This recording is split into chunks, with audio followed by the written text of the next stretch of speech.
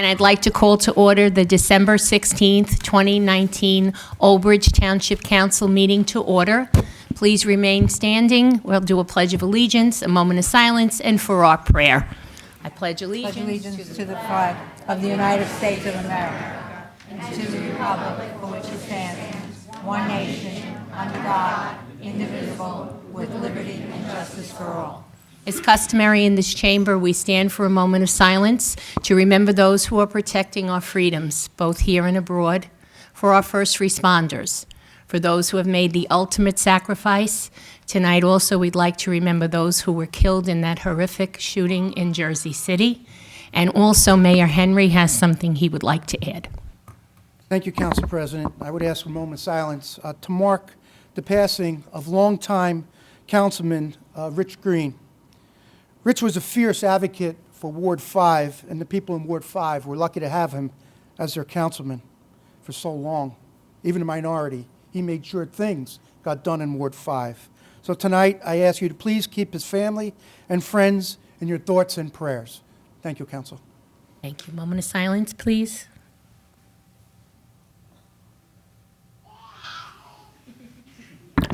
Mr. Pasquetti, our prayer. Dear Lord, bless thy servants in the ministry of public affairs who serve thee in this chamber. Give us quiet minds and hearts that we may hear thy voice. Help us to know when to speak, when to be silent. Give us strength to oppose the wrong and uphold the right, and grant that we have a good conscience and soul at peace with thee and with one another. Amen. Amen. Please be seated. Yes, Yes. Yes. If we could have a moment of silence for Sonia Feinberg, the first female mayor of Old Bridge Township. I believe that would be appropriate. Okay, absolutely. A moment of silence, please.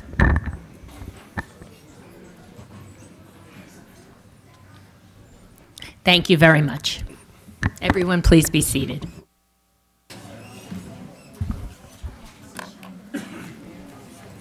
This meeting is being held in conformance with the Open Public Meetings Act. Notice has been given to the newspaper, and notice of the meeting has been posted in public places. Next open public meeting of the council will be held on Wednesday, January 1st, 2020, at 12 noon. Okay, good evening, everyone. Oh, I got to take attendance. Mr. Cahill. Here. Dr. Greenberg. Here. Mr. Merwin. Present. Mr. Murphy. Here. Mr. Pasquetti. Here. Here. President Soha. Here. 7 present. Okay, this evening we'll be starting off with presentations. Mayor Henry.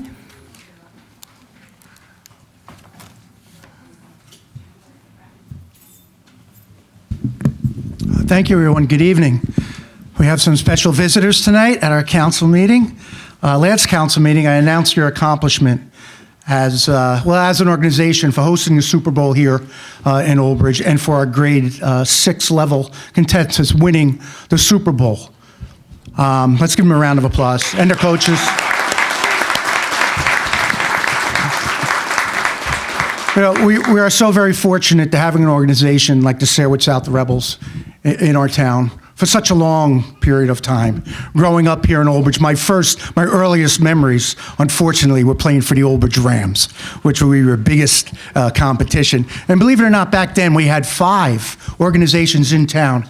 We had the Old Bridge Rams, we had the Sarwood South Rebels, we had the Central Park Cougars, we had the Madison Park Destroyers, and we had the Lawrence Harbor Jets. So we had a league within Old Bridge. And the memories and what we were taught on the field by our coaches, we live with that, and I use it to this day. As I always say when I speak before these groups, I don't know what I did yesterday, but I can name every Pop Warner coach that had an influence on my life, and every high school coach and every college coach. And it's so important because the lessons learned on that field are the lessons you're going to use in life.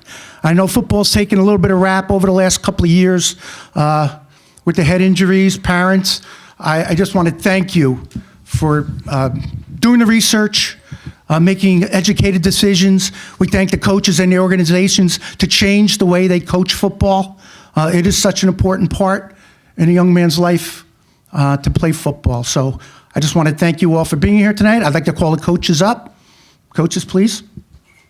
Tell us a little bit about the team, and then we will be handing out some certificates. So thank you. And I heard our cheerleaders, I said the Rebels cheerleaders, over the weekend became champions also. So I think they have a future date in this council chambers. Okay, you want to say a few more? Sure. I would like to introduce your 2019 Suburban Youth C-Level back-to-back Super Bowl champions. These boys battled week in and week out and accomplished this amazing achievement. This year we had a tougher time than last year, but never gave up and brought home the trophy. We went 9-1 this year, ran into our first loss in 2 years, but we beat the undefeated Sparta team in the Super Bowl in a 4-quarter battle and gave them a little payback. Mayor Henry came out to support our boys and will agree they played their hearts out in a thrilling 14-13 victory. I am honored to be their head coach of this 6th grade team and coach this great, talented group of young men. I would like to thank the players first for trusting and believing and working your tails off since August. Next, I would like to thank my coaches, Chris, Brian, Mark, Hattie, Mike, and Javi, the guys behind me. I could not have done it without your help and knowledge of the game. To the Rebels organization, thank you for all the support and guidance throughout the season, especially our president, Nick Body. Last but not least, to Mayor Henry and the tremendous Township of Old Bridge and supporters. We felt the love in the packed stands and roaring cheers throughout the game. Thank you.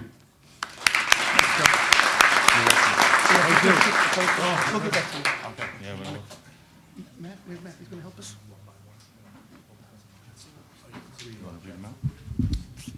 Here you go.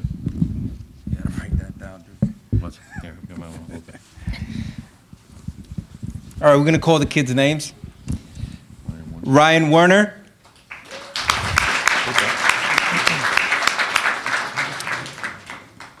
Aiden Vini.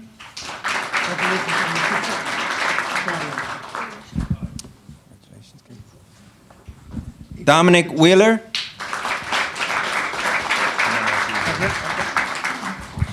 Justin Valinati.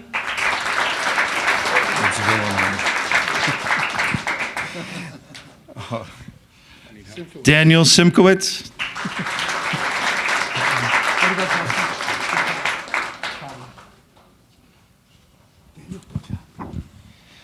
Brian Smith.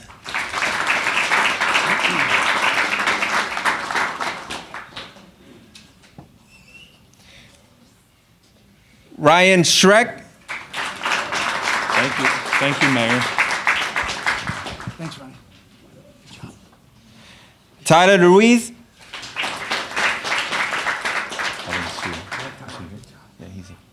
Jason Rosenthal.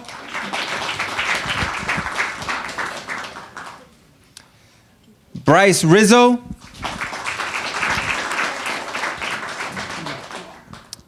Noah Rios. Where'd he go, Noah? Rocco Plucci. Rocco Plucini. Lucino.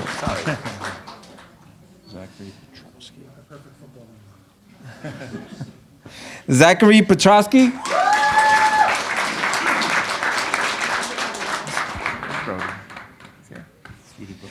Brody Nugent.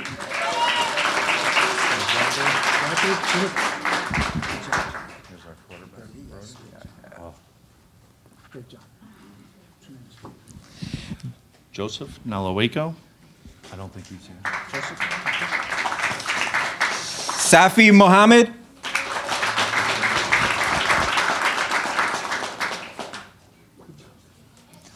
Matthew Malloy.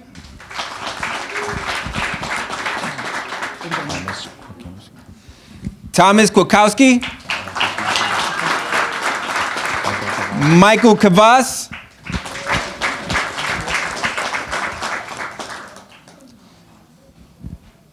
Thomas Kassoff.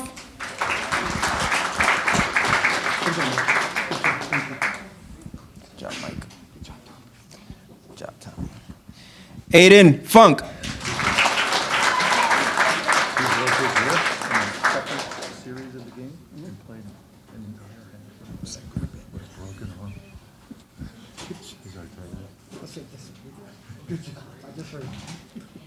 John Falzone.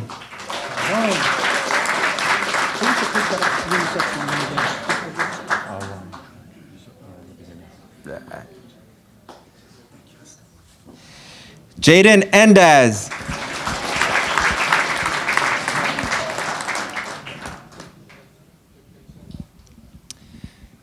Xavier Diaz.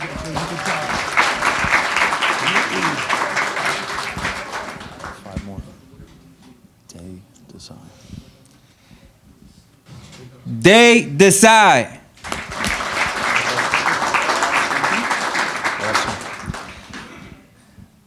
Michael Shirella.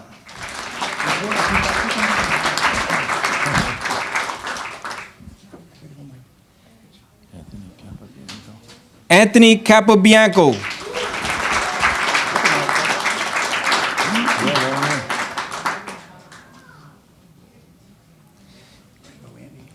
Chris Benford.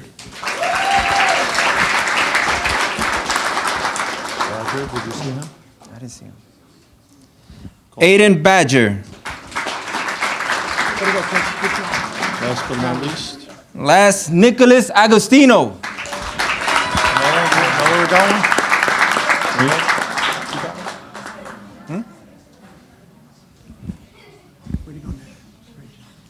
You want to say anything? And thank you to the parents for bringing the kids each and every day for the last 3-4 months. Thanks, parents. Thank you, man. Thank you, I appreciate it, and thank you for coming to the game. Absolutely. Let me just close that portion out by saying, we have another organization, the Raritan Bay Cougars, and our Old Bridge High School went undefeated this year in its regular season, and that says a lot about these leagues that feed our high school. So we have a lot to look forward to with you guys in a couple of years when you're playing high school football for Old Bridge. Make us Old Bridge proud again. Thank you, everyone. Thank you. Thank you, everyone, for coming out tonight. We can't tell you how Old Bridge proud we are of each and every one of you. Thank you so much. Have a great holiday. We're going to be going into the body of the meeting, so if you guys would like to maybe take a little break here and head on home, that would be fine. If you want to stay, you're welcome. All right? Have a great holiday. Thank you. Congratulations.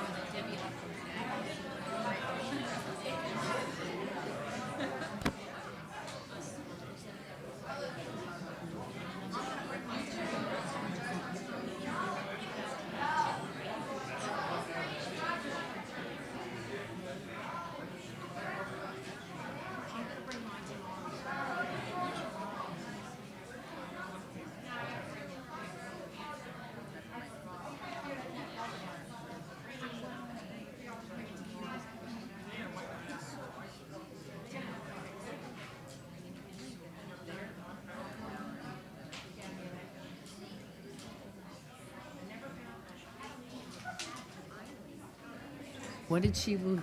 What did you lose?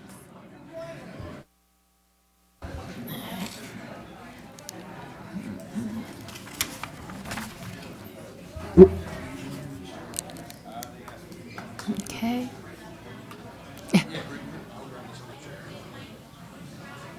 Good. Okay. Okay. Oh, something like this. Okay. Good. All right. Next will be County Curbside Recycling Contract with Middlesex County Improvement Authority. Good evening, everyone. Happy holidays. Yeah, please note that Mrs. Brown is now here, okay? Yes, all right. Mayor, good evening, members of the council, president, members of the council. My name is Paul Matacera, and I'm currently the recycling director for the Middlesex County Improvement Authority. With me is Christy Jimenez, who is a member of our team. She's a recycling, she's the person who answers all the phone calls and does all the work, to be perfectly honest with you. She's a great kid. Diane Hanlon, who is also an assistant project manager who has done lots of work on the new contract as we go forward into 2020. I want to thank you. I want to thank Kyle and Barbara Grippy. I don't know if Barbara's here this evening. I haven't seen her. But we work very, very well with Barbara, and I've got to commend her to you because she does a great job as your recycling coordinator. And Diane can speak to that better than anybody because she works closely with Barbara as we go forward. We want to chat a little bit about how we got to this stage of where we are with the contract. The contract we're in now will end on March 30th of 2020. The new contract begins on March 31st, 2020.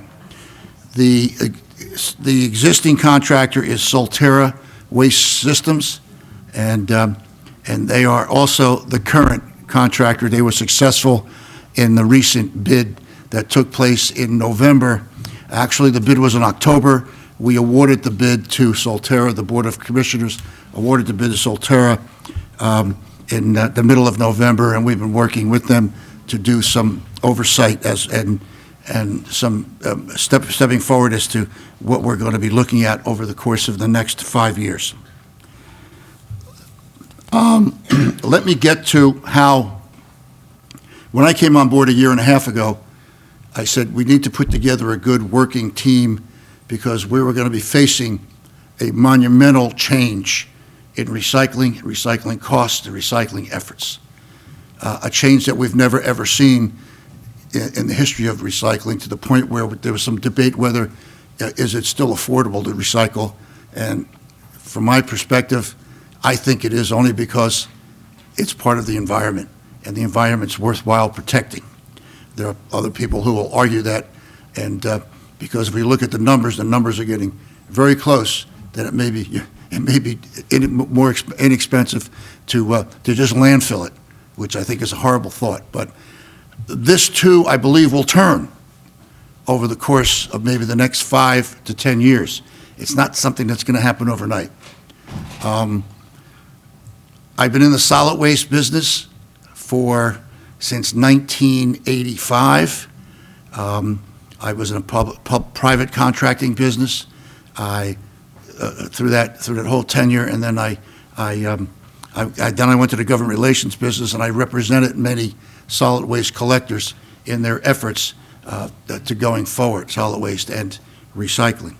So I'm fairly familiar with marketplaces, and when I came on board at the authority back in June of 18, I was shocked to see what was happening and the kind of numbers that we were experiencing, and we needed to really get our arms around it and understand where we could go, because we knew eventually this was going to come and fall right here at the desk of the mayor and the members of the council, not only in Old Bridge, but the entire county, the entire state, the entire country as we're going forward, because this is an international problem. This is not something that was made by any one mayor, freeholder, governor. This is an international problem that we're facing. When I was a youngster growing up, getting ready to get into the business, we had the old paper mills and the old places where we could the smelters where we get the glass and the bottles, and they were right here in New Jersey, and those people had a business going on, but those businesses are all gone. They're defunct. The foreign countries, and I'm going to lay the specific blame right on the Chinese. They came in here and offered payouts that it was more cost effective for us to send our stuff all the way to China than it was to do it in our own backyards. We also had some of the environmental questions that we needed to clean up. Some of those factories were old and gray, and so we needed to do it. So we never really got to the point of having to turn it around. So now we're stuck with this dilemma because now the Chinese have even gotten smart and said, we're not going to pollute our community, our country anymore either. They got a little tough with us, as well as other markets in the middle, in the Far East have done the same thing. So that's why it's become a more international market. Kyle and others, Barbara Grippy, you could probably get on the internet and do any of the recycling sites, and you could probably learn about this a lot better than what I'm trying to speak to you about in the next 5 or 10 minutes. So it's important for us to understand where the dilemma is. So we came out and said, okay, first thing we had to do is we had to educate and begin to educate our customers. You're our customer. There are 16 municipalities in this contract, you being one of them. We had to educate our customers. We started with doing various announcements and things through our recycling coordinators. They're our partners in the operation of the county system. We started with that and telling people about what's going on with recycling, how much the recycling has been affected, and where we are. And we're at this dilemma. I think Kyle can attest to that over the years, that this is something going to the county SWAC meetings, talking to SWAC. This has been an involved and embraced situation. We put together on a county level a team to do the bid, who I think are quite professional, starting with our own county executive director, Jim Polos, our CFO, Lori Catano, our purchasing agent, Kevin, McQueenie, thank you. Oh my God, Kevin's gonna be mad at me. We also had, we brought in our county, our legal counsel from the firm of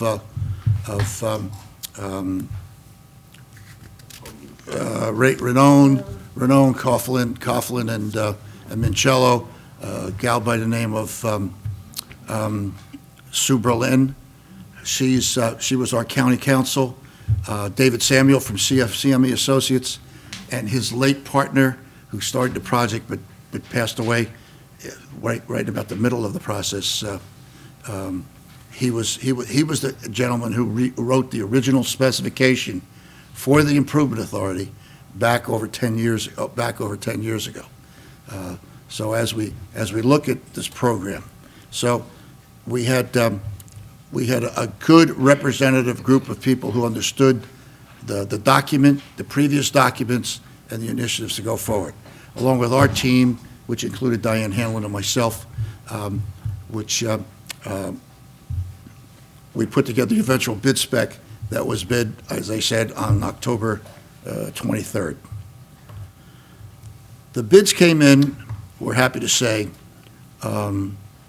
lower than we anticipated, but a heck of a lot higher than what we had 5 years ago. Our bid 5 years ago was $2.68 per unit. God bless you. $2.68 per unit was what the original bid specs were. The original per unit costs were.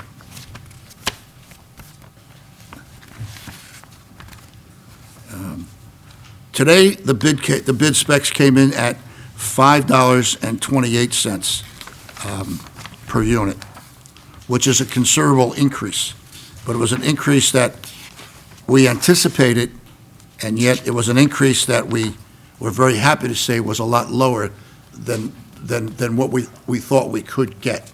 So that 268, or that 528, 268, as you can see, it's a considerable number.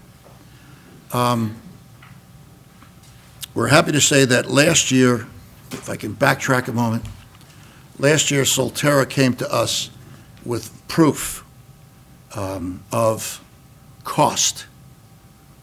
We negotiated with them for 4 or 5 months and determined that their figures were accurate and correct based on the marketplace. We had gone to marketers and coordinated the efforts but we agreed to $1 million increase in their contract, which goes through March of next year. That $1 million was put up, and that $1 million was covered by the county of Middlesex, because we just couldn't, because we were in a contract, we couldn't come back to you at that time and say we needed more money. But we felt it was important to get to you and try and do the marketing of where this number could be and the marketing of our product as best we possibly could. So with that, and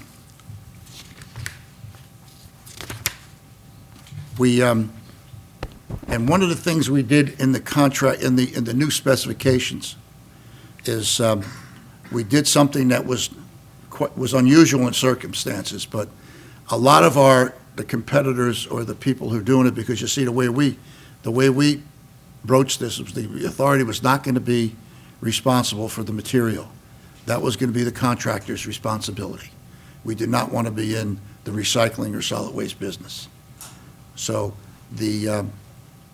but what we did do is we determined that there could be a true-up, for lack of another word, a true-up every year as to the cost of what took place for the previous year. So that if the number goes down, and we're involved with a group called Recycling Markets, and it's a national resource type thing.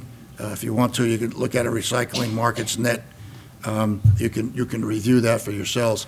We've joined that association, and we're going to use them as our guide, along with Solterra, to true up a number if the number goes higher again, or hope it goes lower, because then we can true up wherever the number is on a yearly basis. Okay, so that we don't have to get back in. And that process gave the contractors who were bidding the contract the feel that they're not going to have to get stiffed if this thing doubled again, that they'd have to take it out of their pockets, which is what they were doing until we all stepped to the plate and realized that there was a disadvantage here. So that true-up was a very important thing to get us to a situation where we maintained that we got this $5.28 number, and if nothing changes, that's a good number for the next 5 years. Okay? No one has that. There are a couple of communities close by and in the county who are part of the contract, and some who are not part of the contract. There's one municipality started at a $5.50 per unit number this year, and over 5 years, that number goes to over $7 a unit. There was a municipality in the more western part of our county, a person who was involved in our system. Their bid came in at $8.20 a unit. Okay, and that was not guaranteed. That was the first year, and then it was the second, third year. I don't have the all option, but for the most part, we have a number that's stable, and that you can basically figure out your budgets for the coming years, so that when you come to it, it's going to be distasteful, but when you come to it, it's not going to be crazy. Crazy from the standpoint that you're going to see this year after year. We're hoping not. I'm just trying to, let me see if I have anything else. We talked about some letters that we sent out. We sent, on November 19th, we sent out a letter to the mayor, recycling coordinators, and others about the breakdown of the bid. Recycling programs, there's Recycle Coach and some of these other good programs that are there that can help you with the cost of the recycling, and of course I talked about the recycle markets, which will eventually be our true-up mechanism. I think I covered the bases. Pretty much. Okay, I got to go to the ladies because they'll know. I covered the bases. Okay. At this point in time, I open it up to questions, and I hope I can answer them. All right, council, anyone for questions? Mr. Piscitty? Yes, hi, thank you. So, the way I understand it is, we were paying $2.68 per unit, and now the new price is $5.28, which is Right. about 50% increase.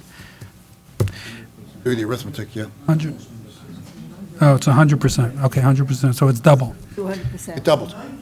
It more than doubled. more than doubled. Okay, so, my question is, we're going through the Middlesex County Improvement Authority to purchase this recycling, and we're getting a contract for the next 5 years That's correct. at 528. So, does the county make a profit on the towns? No, it's a pass-along contract. So it's costing you 528 or something like that? It's costing you $528. Right, so your cost is somewhere close to that, plus your Our cost is overhead. $528. Pass-through. It's pass-through. So you don't recoup any administrative costs? No. Thank you. Mrs. Walker? Yes, I know you quoted per unit. What is the total cost to the town Good question. increase? Thank God Diane showed up because she's the one that had it. Oh, that would be in there, that's not by town, that's just, Well, I'm going to give you the total cost of the contract, total contract. Could you, and last year, so I know the difference. Kyle, you have a number for Old Bridge. Why don't you share that with the council? An increase too. And the number of units? Yeah, I can give in 2019, our total contract was $538,000. In 2020, due to the fact that we're prorated for the first 3 months of the year on the old contract, and then the remaining 9 months of the year, we're looking at about $1,040,000. And in 2021, we'll be at $1.2 million. There's an increase in the total number of units in the township as well from 5 years ago as well. So that's calculated into the contract.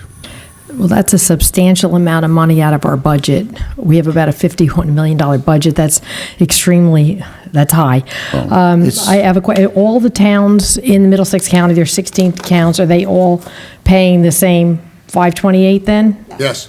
And there's no way the county can help us because we spend, about $50 million per year to the county overall, and I just don't see what kind of money we get back. I understand we have some county roads in here that you plow, but we usually have to wait for them to be plowed, and a lot of times our own plowers have to do them. As I mentioned before, the county of Middlesex put in $1 million to see us through this contract in its final year. Okay? So I think the county has already done their piece. Well, what about moving forward?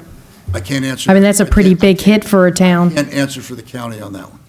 The way I look at it now, there are no subsidies because the marketplace is too volatile. Things are too volatile in the entire atmosphere of the contract. So I just don't see it happening. Is there any other options for the town to go out for bid ourselves? Well, I can again give you a point. Right now, 528 is the economy of scales put together for a large procurement. You certainly can go out and try it, but the people who've tried it are similar towns, similar to you, and that town is a neighbor of yours right up the road, and they've got a 5-year contract that started at $550 a unit and will finish up at over $7 a unit in 5 years. Did we have advance warning since the county knew this was going up and you had put in the $1 million? Did we have we had advance warning that this was going to You had happen? communications coming from us, our office, through the recycling coordinators, through the county SWAC. You have people attending this county SWAC meetings. So yes, there was lots of information that was disseminated by the Middlesex County Solid Waste people, by the Middlesex County Utilities Authority, by other venues to get that the warning was there, and it was there, and it's been there for close to a year and a half.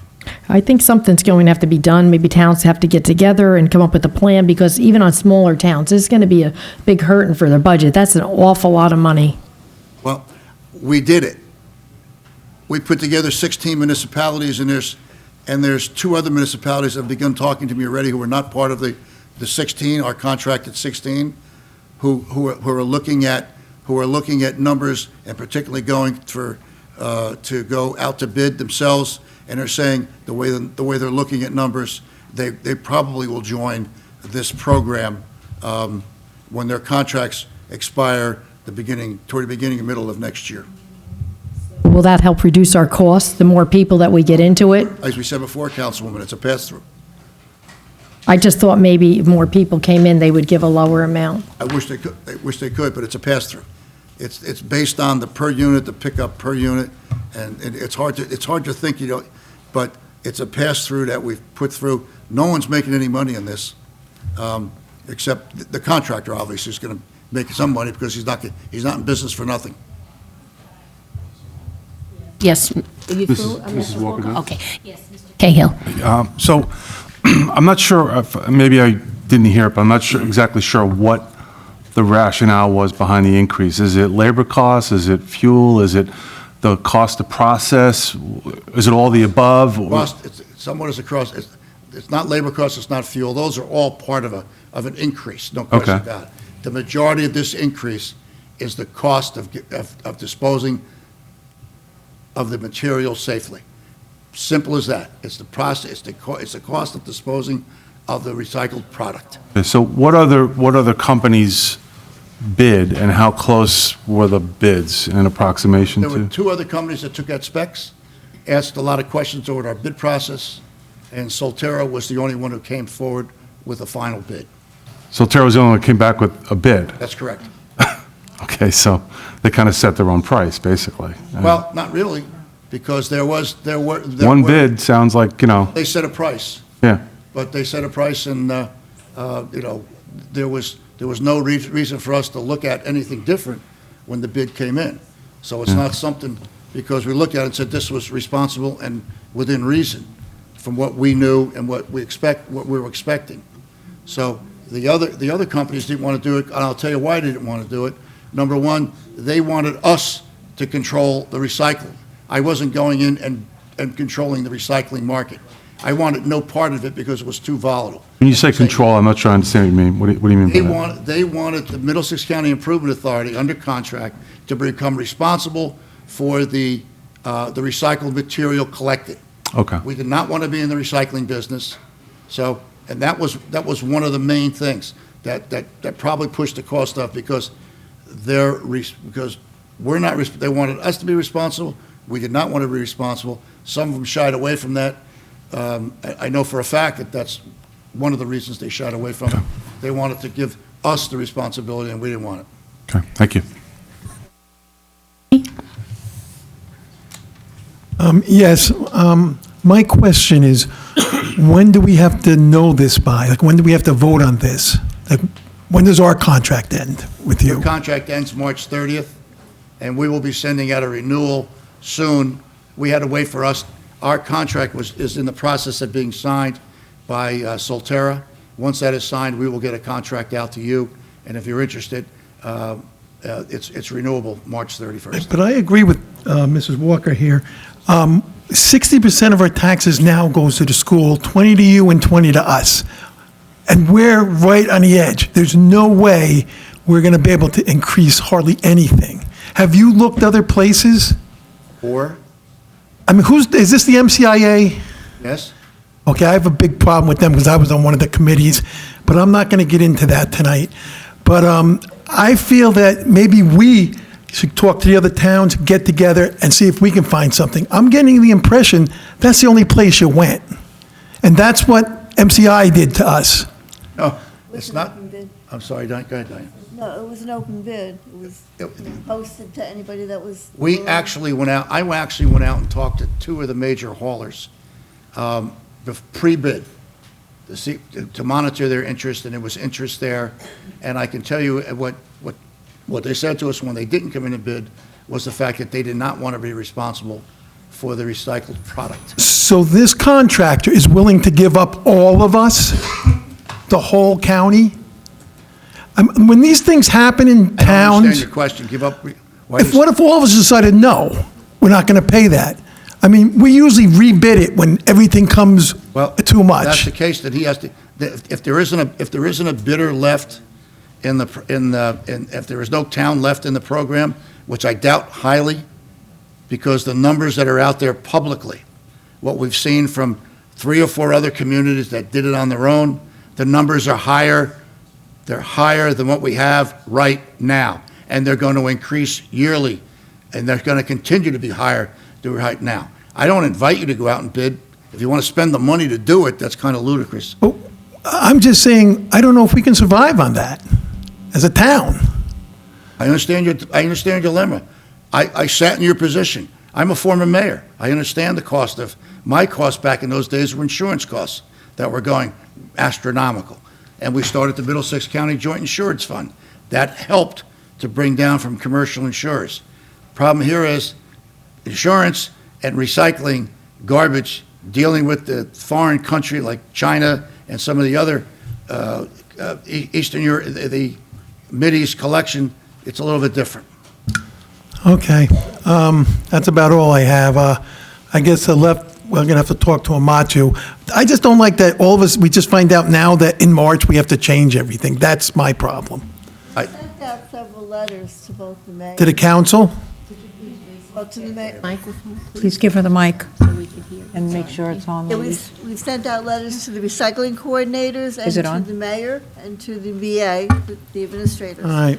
Anticipating that this is going to be a major increase. I have copies of some of the letters if you want to pass them around, or we can, after the meeting. Okay, thank you. All right, Mr. Merwin? Several months, maybe a year, I was talking about bulk pickup, recycling, solid waste, maybe putting it all together. And I know they were going to have Kyle do cost analysis of it because, I was laughed at. And I was wondering if you ever got to do that cost analysis on stuff like this and what it came out to. Councilman, yes, Kyle did work on it at that time, we were looking at the bulk pickup. We weren't looking at the total recycling. And the cost of bulk pickup would have been just as big cost to add to the budget. Kyle, if you remember, it was over $1 million in the cost for the bulk pickup setup. And so, I don't think our budget, as it is, this cost is going to be hard to absorb in our budget. There's no way we can, absorb in our budget. This is going to have an impact. Well, that is exactly why I was, talking about all of it. Yes, now, obviously, that, I don't know if that's going to make the change. I mean, I do agree that there are, the market changes has an impact on the recycling costs, obviously. Well, and I think if we added solid waste, recycling, bulk pickup, all into one, and all I was asking for, maybe we had put a committee together to review something like that. Councilman, let me just, the fact that I was in the solid waste business and doing it, I just want to interrupt, but try and add something to this. You're not just talking here about collection, okay? Collection is one aspect. You're talking collection, and then you're talking processing of recyclables. In a sense with solid waste, you're talking collection and dumping. In recycling, you're talking collection, processing, shipping, and sending it back out to a foreign country. That we have no ultimate spot here to do it. So it's very difficult. You're in with a group of 16 of your sister municipalities, okay? And we're probably looking at a couple more that'll join us out of the 25. But right now you've got a substantial group that you've got what you would call a strong number of participating communities that formed the basis of this bid? I just think that when you only have one bidder, it just leaves this really bad taste in your mouth, and, Well, you know, should- and A, it don't look good, you know? I hear you. I Yeah, can so- understand, I can stand your frustration, but it shouldn't leave that bad taste in your mouth, because there were three viable bidders that looked at this and looked at how they wanted to handle it. Major corporations, Republic Waste, Waste Management, and Solterra, okay? None of the local type of bidders, it's too big a contract. This contract, if I may,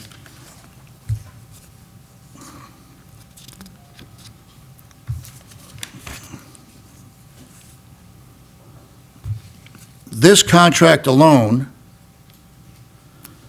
is 6 million. Where the hell is it here? I'm looking at the right page.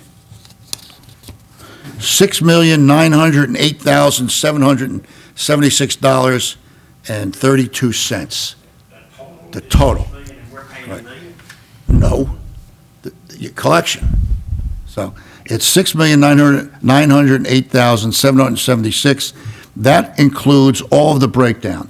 The 258 per unit, the 528 per unit, the multifamily units 528, all of this, the whole newspaper at 240, anticipated 140 tons at $245 a ton, the $400 a ton for mixed paper at $245. It's a total breakdown of the numbers, and that number collectively comes to $6,908,000. South Amboy's paying 528. South Amboy's paying 520. Edison's not in the program. Program. Woodbridge is not in the program. Old Bridge is paying it. Sayreville's paying it. Who else? New Brunswick is paying it. Okay? Of the 16 towns, South Brunswick's not in it. Oh, by far. Well, you're one of the largest towns in the county. Up here. We're probably Yeah. the largest in this industry. Right. I would say you are. You have trucks in here 5 days a week. That's how much you will get cleaned up here.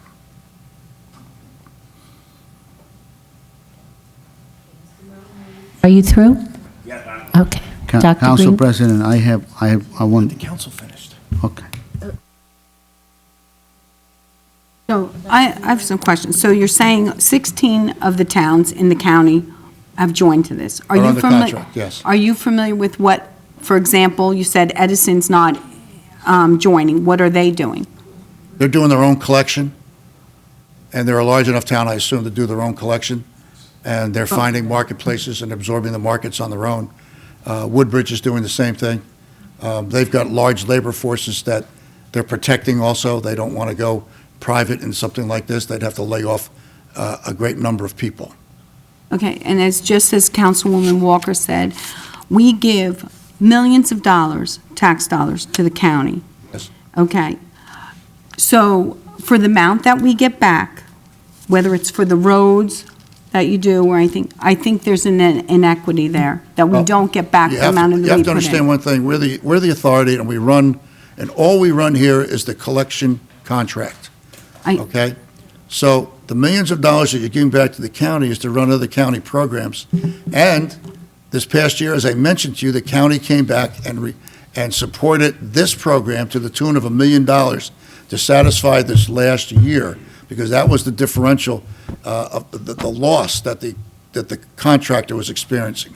So the county has taken $1 million out of their coffers and put it into this contract to get it through its last $1 year. million from their coffers that we put in. Well, yeah, And that's well- what we have to explain, the tax dollars, when they pay their taxes.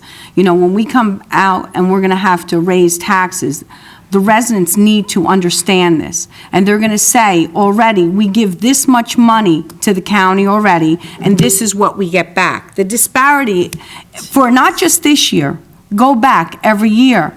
So that is where the problem exists. So it's not fair that we put money in, one, we don't get the money back, two, we don't even have say how it's spent everywhere else. So if it's broken down to town by town, how much they put in, but how much they get back, I think Old Bridge will be on the short end of the stick. Councilwoman, I don't want to disagree with you, but we're looking at apples and oranges. We're talking about a operational contract that you are participating in, and that contract costs X amount of dollars, regardless of anything else in the county's agenda. This is a contract of the Middlesex County Improvement Authority, a collection contract that was a consortium of 16 participating municipalities. So that's what we have to look at. We can't look at the other universe. The other universe is one thing. Had we not went to the county and the county had not given us the $1 million, okay, which they didn't have to do, okay, we would have had to come to you to increase the cost and get that $1 million collectively from the 16 towns. We didn't do that. So this also brings another question up. Recycling. I don't think everyone realizes when you recycle, obviously the cost that we're hearing tonight. Also, there's a small percentage of what you recycle that is used. So if you say you're going to recycle 100%, only 10% of what is recyclable is recycled. People don't realize that. A lot of it's just pelletized. And also, if you take this bottle of water, there's only so many times you could recycle, and then it has no value. So I think what we need to do, and to think about recycling as a whole. And I think when we have all the ingenuity and technology now, it has to be changed. You can't wait till a contract is expired and say, oh, the solution is just to spend more money to do the same if we're not doing a good job. China, we could all sit here and talk about China. China hasn't been good for us a long time, and that's pretty absurd. Like you said, shipping all our waste to a country that far away. I think there's things that could be done, and I think with ingenuity, it should have been done in this country. So it really disturbs me when I think of the cost. What are we doing? Are we really recycling? Are we really helping our environment with this? We're all here for saving the environment. We want to keep our neighborhoods, our towns clean, our oceans clean, the water. But to me, there's something that's not connecting here. It's not working. When I know there's only so much recyclable that's used, that's actually recycled. We may have tons and tons of material that recycle, but it really does not all go to be used again. So that's the first thing. So there's a cost analysis, just as another councilman said. There's a cost analysis, but there's also a cause and effect with this. So I do think it's a problem also to have the contract, the amount of years that we have a contract. And I do think it's a problem when it's coming down towards the end of the previous contract. Now it's costing so much, and all these other avenues haven't been investigated. So I would think, Okay. I would like to know what the other 9 towns are doing. I want to know about the disparity in the amount of money that we put into the county here. I understand costs go up all the time. We're dealing with it. We deal with it in our towns. We deal it small business, everyone. But I think this is an extraordinary sum of money to do something that you're not getting a value from. In the whole picture of recycling, there's a problem. And I think we all, if you investigate it, would admit that.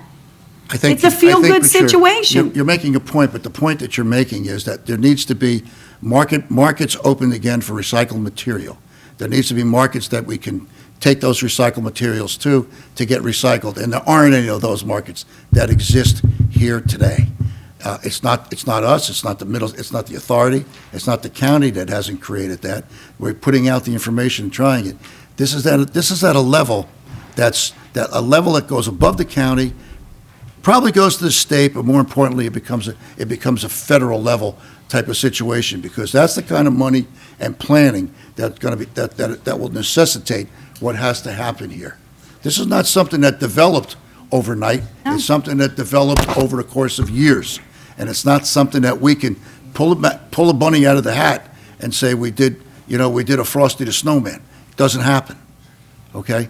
So that, I understand your plight, and I understand your dilemma, and I understand your feelings, but we're in a realistic world, and the realistic world is that we have a contract, and that contract is a 3-year contract with 2 option years. We instituted the 2 option years, and this last contract made 5. So if we continue to do that, it'll be a 3-year contract with 2 options. If the number stays at a relative number, it'd be crazy to not institute the option years. So that's why I say it's a 5-year contract, because when we entered the option year this past year, we said we ought to be nuts to try and go out and see what this thing is going to cost, because a couple of people did it, and the numbers were almost double ours. One was 8-something a unit, I know, and there's nothing going to $7 a unit, and there's no consistency. The contractor needs some consistency. We have to understand their dilemma as well as our dilemma. So, to answer your question, it's incumbent upon others who are in business, who are in higher levels than we are, okay, to be able to come back and say, we need to get the marketplaces back. We need to be able to do things and let our ingenuity, our creative ingenuity, our entrepreneurship in this country solve some of the dilemmas that we're involved right now. Councilwoman, you and I aren't doing it. It's not at our level. It ain't happening. It's way above us. Well, I certainly support those that do it.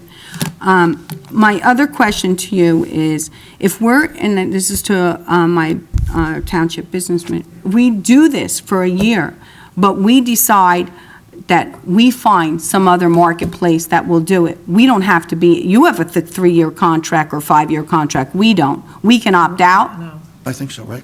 Or do we have to, do we have to contract. stay in for the amount of time that you're in? That's what I need to know. Consistent with the actual contract. I'm not sure either. I'd have to look No, at that.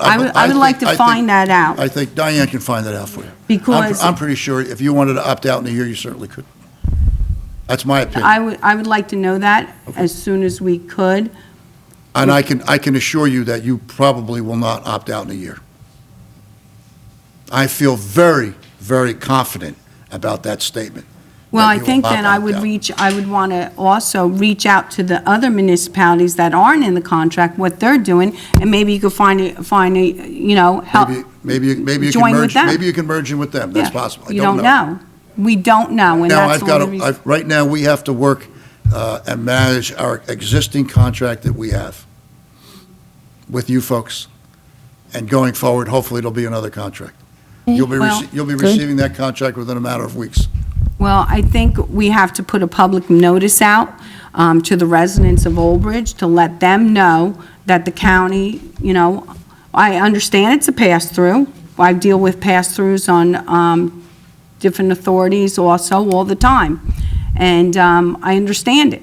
But I may understand it, the council as a whole, we're all trying to, we're trying to understand it, but I want the residents really to understand it, because they're the ones that we have to answer to. So I think there should be a public notice that goes out to them. Happy to support you in that any way we can. And thank you for your time. You're very welcome. Yeah, hi. Just a couple of quick questions. A few years ago, we in Old Bridge were able to commingle our recyclables. Are you familiar with that? Yes? So does that have anything to do with the bid process?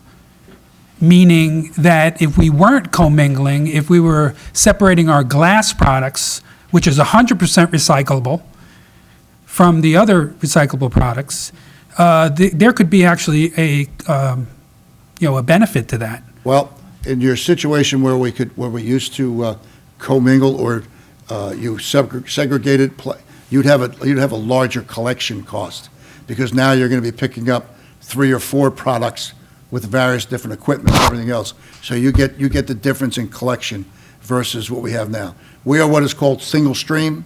Everything goes into one bin, it goes to a processor, gets processed out. The problem we have is when it goes to the processor that's full of plastic bags from the supermarket, okay, that's contaminated the entire load. We were able to get away with, for years, those plastic bags are put into our, We no longer put plastic bags in our recycle. We got that notice. that's right, which is good. But that was the beginning of our dilemma. And that was some of the notice came from us and the county and others saying, we got to get, right now, we're continually doing an education program to get the plastic bags out. And then we've got to start looking to see how we can clean up some of the other costs, to keep the recycled product non-contaminated. Okay, so you're saying that we continue to commingle because it's cost-effective in the collection? Sure. Okay, so there's no money coming back from any of these recycling products, like I know glass is 100% recyclable. So when you take a glass and you recycle it, you can melt it down and make more glass. And that's over and over and over again. The marketplaces, I'm not getting involved, we're not getting involved on our level. We're not in that business. Those markets have to be developed by others. That's why they go to these, to the facilities that do the mitigation of all this stuff. They're the ones that are going to take advantage of whether there's a product buy or not. We have a set price, and our set price says to us, here, we're now free, you're free. You don't have to worry about something coming back, because right now there's not much coming back on many of the products. Aluminum and glass have a value. Newspapers have none, mixed paper has none. Some of the other product that we're talking about, clean plastics, the PET bottles, water bottles, they're the ones that have somewhat of a value. But that's not, we're not looking at that. We didn't want to look at that. We didn't want to be in the recycling business. We're in the recycling collection business. But the problem, sir, is that you're asking our town to absorb $50,000, is it, for $500,000 in next year's budget. We don't have it. That means we have to go to the taxpayer and increase taxes because of this, right? So to me, it rises to the importance, as Dr. Greenberg said, is that we have to look at other alternatives. You know, we can't just say, oh, yeah, well, the price went up, we can't do anything, it's a pass-through. Well, you know what? The pass-through is to the taxpayer, okay? Because the town can't absorb that kind of money. Ultimately. Right? Yes. So we have to find a different solution here, okay? And not just say, well, too bad. We'll be happy to help you look and find the solution, but right now, we think we provided a pretty good opportunity, a good contract that is fair, reasonable, and competitive. Yeah, but doubling the price is not fair and reasonable to the taxpayer. Unfortunately, it's guided by other things that are not in our control. I understand that. I hear that. All right, when you say per unit, what is that? Can you define for me what a unit is? A house. One house. A house, per house. So that's one house per pickup is a unit? One house, yeah, per month. That 528 is per month, per house. Per month, per house. Right. And that, how many pickups is that? Two. It's two times a month. Okay. And those letters that you mentioned that went out, can you tell me the dates of those letters? I have one letter that went out on November 19 after the contract was in the system. And that outlined all the prices when it was approved, outlined all the prices that the bid came back at. We had That's another less than a letter that month went- ago. Excuse me? Less than a month ago. Yes. We had a letter that went out in September 17, outlining that there was a strong possibility of an increase and the reasons why that was. And then you have other communication just outlining something back in October of 2018, outlining the system, what problems there are. What type of communication is that? This one was from MCIA to Recycling Partners, most likely I don't have a distribution list, but the recycling coordinators, which is basically where we send our information and our meetings, and then they dispense the information to everybody else. I have copies if anybody would like to take a copy of. Need the copies, thank you. That's all I have, thank you. You.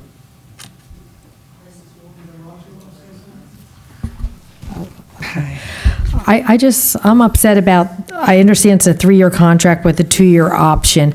We all know that price that 528 per unit is not going to go down.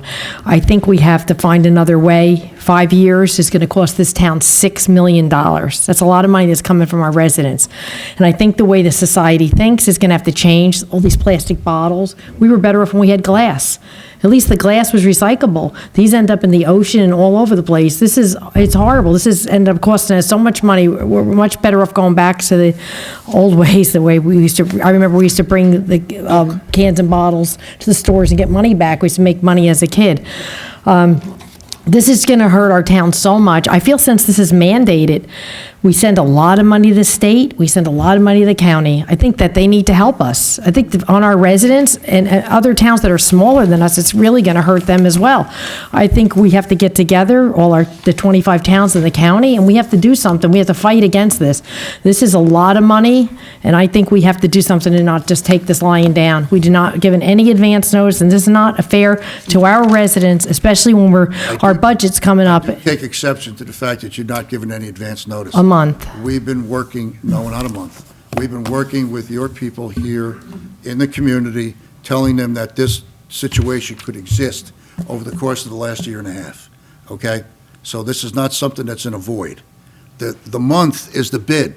We couldn't come out and talk about a price until we had a bid price. And we couldn't talk anything about until we got a contract almost signed. So here we are now. This is our dilemma, and now we're talking about a March 31st or April 1st big start date. Well, I think the county should help us out and try to give some money back to help us, because like we send so much money, and I don't really see any money coming back to Old Bridge. I really don't. That's my opinion. I just feel that on the state level, on the county level, national level, your tax dollars are used in ways that we don't even want to do it, and I think the same way. It should be used for what we needed in this town. Thank you, Mrs. Brown. Yeah, just in the interest of time, and then also, obviously, you've explained this ad nauseum, I think, at this point. What we would have to do is find an alternative on our own, right? And you've already said a number of times that you'd be willing to help us in finding an alternate resource for this. So whether that be perhaps correspondence to people in the town, maybe you'd pay for that. Thank you. So I feel like we should kind of move forward and be proactive and just figure out what we're going to do next if we want to save taxpayers' money. And I get what you're saying about the bid, too. It's almost like I would liken it to, let's say you had a wedding. Let's say if you have a wedding with 1,000 people, within a certain region, there's not a lot of caterers that can cater a wedding with 1,000 people, perhaps. So you might only have one person go out for that bid to be your caterer. So I understand why that's the case here as well. But yeah, I think we need to figure out an alternative, use whatever resources you said are available, and hopefully find another solution. Thank you. Mr. Murphy? Yes, you said you didn't want to say anything to anybody to realize how much the money was how much it was going to cost, right? Well, we let everybody know over the course of the last year and a half that there was going to be a substantial increase. We didn't know exactly what that increase was going to be, but we knew that there was going to be a substantial. But you've known that for a while. Yeah, we've talked Well, to people. that's what I'm saying. If this came in a lot lower than you thought it was going to be, shouldn't have you warned us instead of waited till November 19th?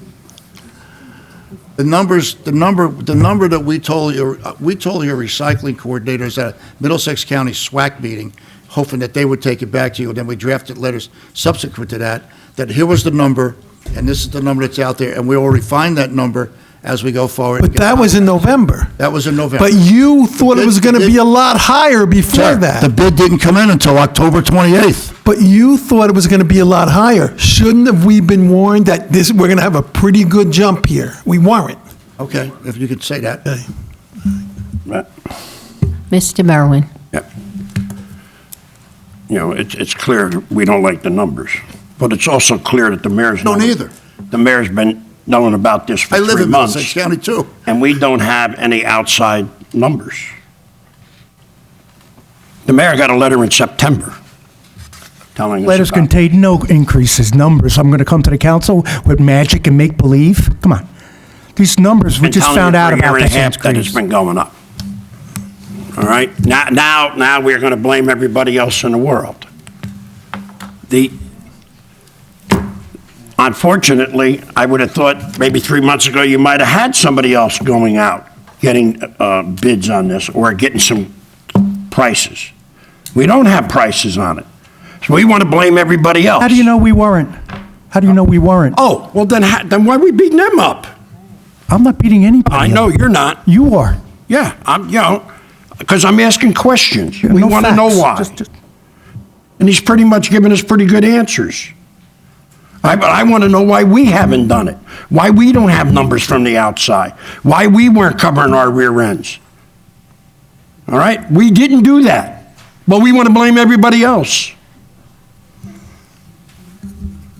Mary, do we have to do something with this tonight? I think it's the only entity that we're sending $20 million or more a year to, so that's the entity that we look at, Mr. Merwin. It's very simple. The entity that gives us the YMCA, that gave us Menino Park, that gives We us could Kennedy go- Park, all right, that plows our here- streets. Yeah, that and gives now us you gave our right, beach enough. front too. Stop it. I can That's go on and on. I want to Let's blame everybody else. Listen, let's stop. one's on us. Let's stay on topic here. We're not talking about the YMCA, we're talking about the recycling. Okay, so I think everyone has had an opportunity Do you to have to speak. vote tonight or anything? No. We want to finish the discussion first. We're not, It's not No. on the agenda. No. no, that's not that. Something different. I'd like to Okay. just make one recommendation. I make a recommendation that we let the finance director and the mayor get together with whoever they need and see if there's anything that can be done at this late date. Okay, we're going to put our trust in you, and I know it's pretty much an impossible task, but that's what I'm asking. Thank you. Okay? All right. I will close the comments by saying also, this is a very difficult situation for all of us, and especially for our residents.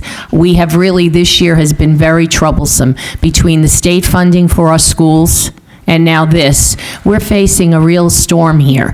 And I'm hoping that, have you reached out to other counties? How are other counties surviving? What are they doing? They're doing similar to what we're doing. Have they received better in terms of what they get per unit? Have they anything? Everything that's happening right now is relative to where we are. They're either higher or lower, so, but there's nobody that I know of that's lower unless it was a pre-existing contract that went back like ours. And don't forget, our existing contract is $2.68. It's going to the 528. And with this contract, you had said something about it could go up, it could go down. Is there a floor and a ceiling to this? No, there's not a floor and a ceiling. There's a negotiation between the contractor, the county, and the county's authority, and the and our lawyers, et cetera, using this third-party resource firm that calculates the cost of recycling on a nationwide basis. And that's what we're going to use as an index to see where we are, and if we have the ability to reduce, or if it's going to go up, we have to know where we're going to be.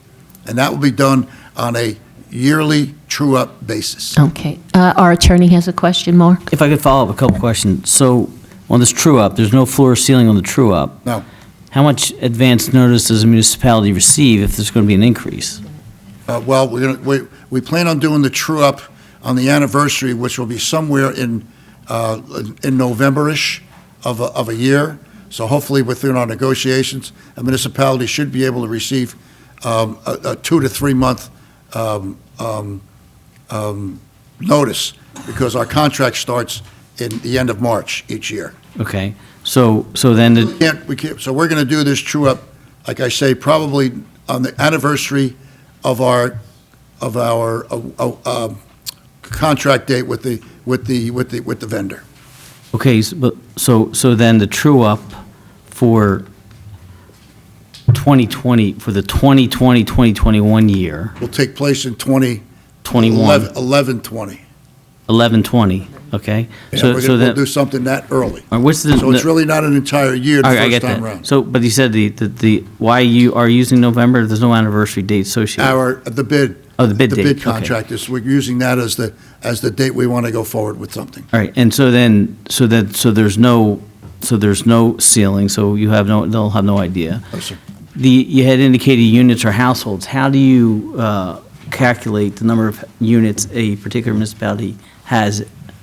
how You provide them to us. Okay. And then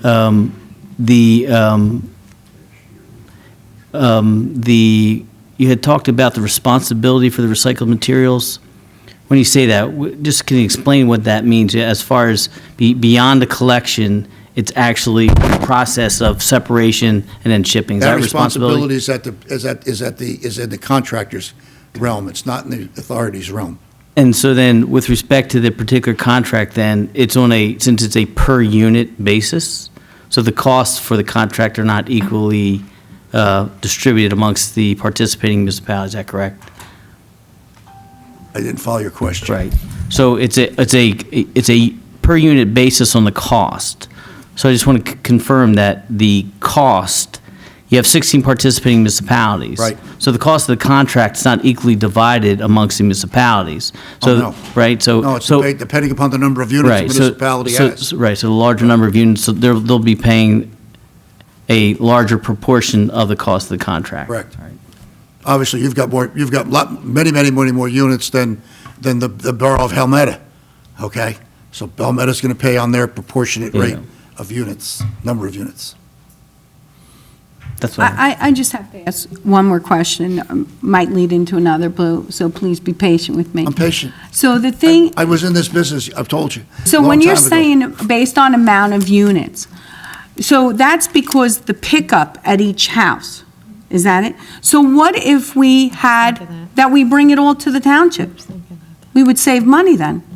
You bring what all? In other words, if we recycling, I think our residents, I hope they're in agreement, instead of having it picked up curbside, to save money, would bring it to the township for a bulk pickup.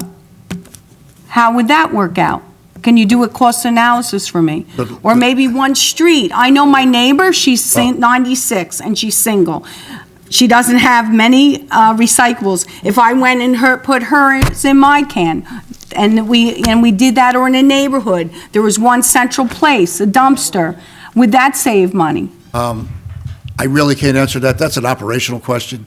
We're basing this on the operations of a contractor coming in and doing it at curbside, because this was what everyone wanted to do. So if you want to change that whole mode, that's Well, I your- want to save that's tax your dollars prerogative. for my Yeah, but you'd have to residents. change it. And you'd have to go to your taxpayer and say, okay, we want you now to come and dump it over, bring it over here to the municipal complex.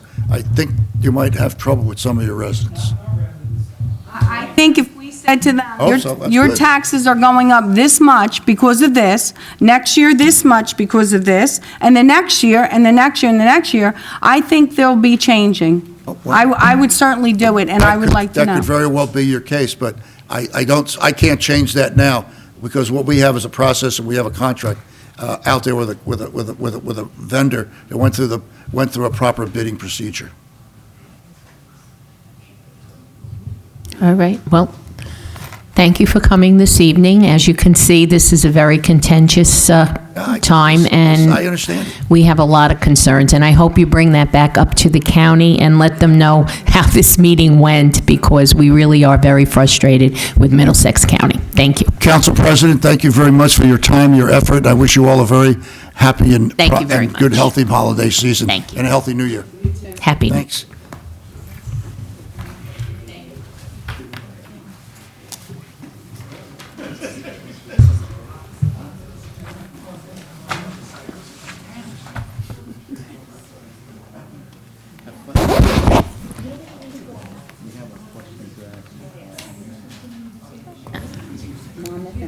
Yeah, no, just to try to get a little...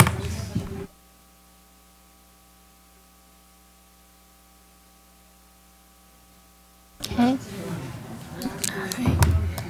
Good. Mhm.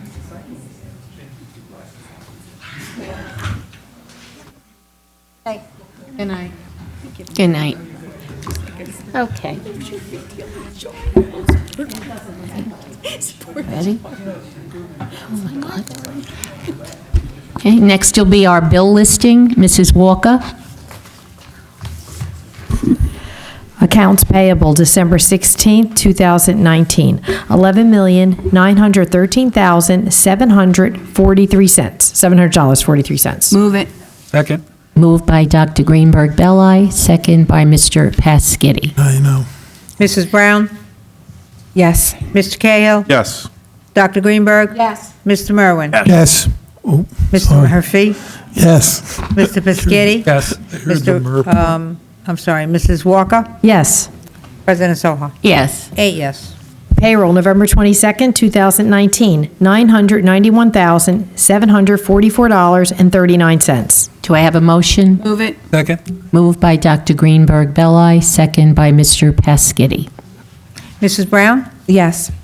Mr. Cahill? Yes. And Dr. Greenberg? Yes. Mr. Merwin? Yes. Mr. Murphy? Yes. Mr. Piscitty? Yes. Mrs. Walker? Yes. President Soha? Yes. 8 Pay- yes. Payroll overtime, November 22nd, 2019, $50,468.40. Do I have a motion? Yes. Move it. Second. Moved by Dr. Greenberg Belli, second by Mr. Pasquini. May I have a breakdown, Mr.? Yes, thank you, Mr. Council Mayor. President. I'm not Mr. Shah. The overtime for 11/22, as was stated, the total, I will go with the only uptick, other than sworn officers, would be the elections. There was an uptick in, I guess, the overtime with the election. Sworn officers, total overtime, $38,458.85. If you deduct the grants of $685.80, deduct ETO, $10,884.70. The total overtime for that period for sworn officers was $26,888.35, equaling a total of 557 man-hours. Also, that was impacted by the elections also. And we did have, unfortunately, we had some funerals which we had to provide some honor guards. We had a former chief pass away, so we provided honor guards and complete escort to and from the venues. Okay, thank you. Any questions? Good, thank you, Mr. Mayor. Mrs. Brown? Yes. Mr. Cahill? Yes. And Dr. Greenberg? Yes. Mr. Merwin? Mr. Murphy? Yes. Mr. Piscitty? Yes. Mrs. Walker? Yes. President Soha? Yes. 7 yes. Payroll, December 6, 2019, $990,410.32. Motion? Move it. Moved by Mr. Pasquini, second by Dr. Greenberg Belli. Mrs. Brown? Yes. Mr. Cahill? Yes. Dr. Greenberg? Yes. Mr. Murphy? Yes. Mr. Piscitty? Yes. Mrs. Walker? Yes. President Soha? Yes. 7 yes. Payroll overtime, December 6, 2019, $46,488.97. Do I have a motion? Move it. Second.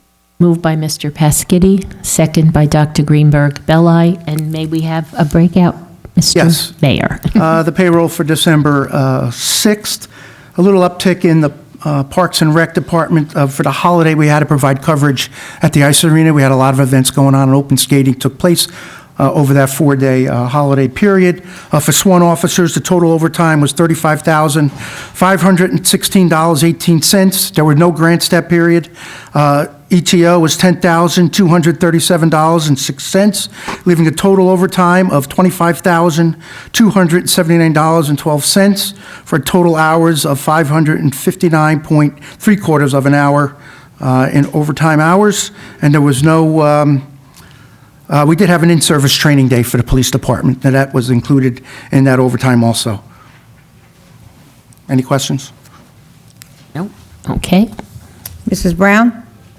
Yes. Mr. Cahill? Yes. And Dr. Greenberg? Mr. Murphy? Yes. Mr. Piscitty? Yes. Mrs. Walker? Yes. President Soha? Yes. 7 yes. Get Murphy. That concludes the bill list. Excuse me, Mr. Merwin, I'm sorry, I didn't know you Yes. were back. Yes. 8 yes. We got it passed. Thank you, Mrs. Walker. Next will be public hearing and ordinances for second reading. H1, Release Reduction Performance Guarantee. Michael Stassi, Red Shore Village, Residential Block 24000, Lot 29, application number 95-06Z. No renotice or advertisement required. Good evening, everyone. Good evening, Council President, Council members. Peter Klauser with the firm Heilbrunn Pape on behalf of Redshaw Village, on behalf of Michael Stassi, related to the Redshaw Village bond release. You all pretty familiar with where we are. This has been a monthly basis that we've been here. Last month when we were here, Ms. Shapiro presented her memorandum, which identified that all of the bonded improvements in the development had been constructed in accordance with the plans and specifications. We requested a bond release. It was open to the public. There was some discussion as to providing an easement to the township over a portion of Redshaw, the main drag in there that runs through the commercial portion. There was a bit of discussion about the checklist and the conditions in Ms. Shapiro's report, and then a member of the residential community came up and spoke and talked about wanting to hire an attorney to have them review some of the way that the property was transferred over to the association. Since that time, I prepared an easement for the benefit of the township and the association for access over the commercial portion. As I indicated, your applicant for the bond release does not own that portion of the property, but was in communication with the property owner that it was sold to, and they've advised us that they're willing to execute the easement. They have it. Their attorney is reviewing it. I've delivered it to Ms. Shapiro and your attorney's office for their review, so we're comfortable that that's well on its way to being in place, but we accept that as a condition of any release, should there be a release. There's also, we recently received from Ms. Shapiro's offices, one of the conditions is to provide an as-built drawing. The engineering department was kind enough to give us the as-built drawing checklist, the things that must be on that map, and that was conveyed to your applicant's surveyor. So it's a condition of any release, should there be one, that we're comfortable we have underway. And then lastly, with regard to the HOA, I understand, actually from Ms. Shapiro as well, that they retained counsel with regard to their issues over the maintenance of the basin and the handing over of the properties. Mr. Stassi has separate counsel that handled the HOA. It's not my expertise by any stretch. And I'm told that she actually has now spoken with their counsel. So the HOA has an attorney. I know that there's representatives here. They can correct me if I'm wrong. I don't think there's been a resolution of the issue between the HOA and your applicant, but they, as I understand it, are now represented, and some form of communication has been opened. So with that, there is a letter from your engineer which indicates that the improvements have been installed. That is what the statute requires. That's been satisfied. The council asked if we would give additional time for the association to hire an attorney and review whatever it is that they want to review. We did that. We agreed to that 30-day delay from last month.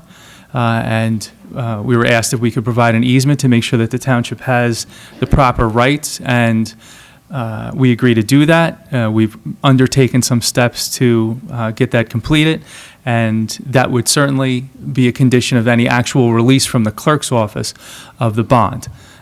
We would have to complete that and deliver the originals here so that they could be recorded. So with that being said, I know Ms. Shapiro is to my left.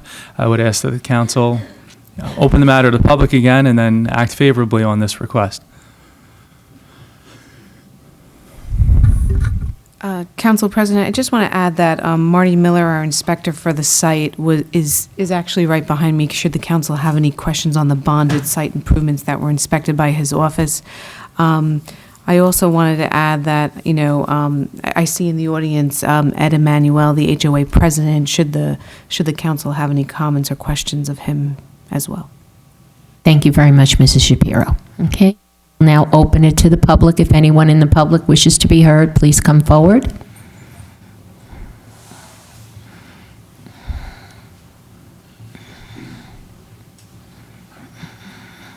Good evening. Good evening.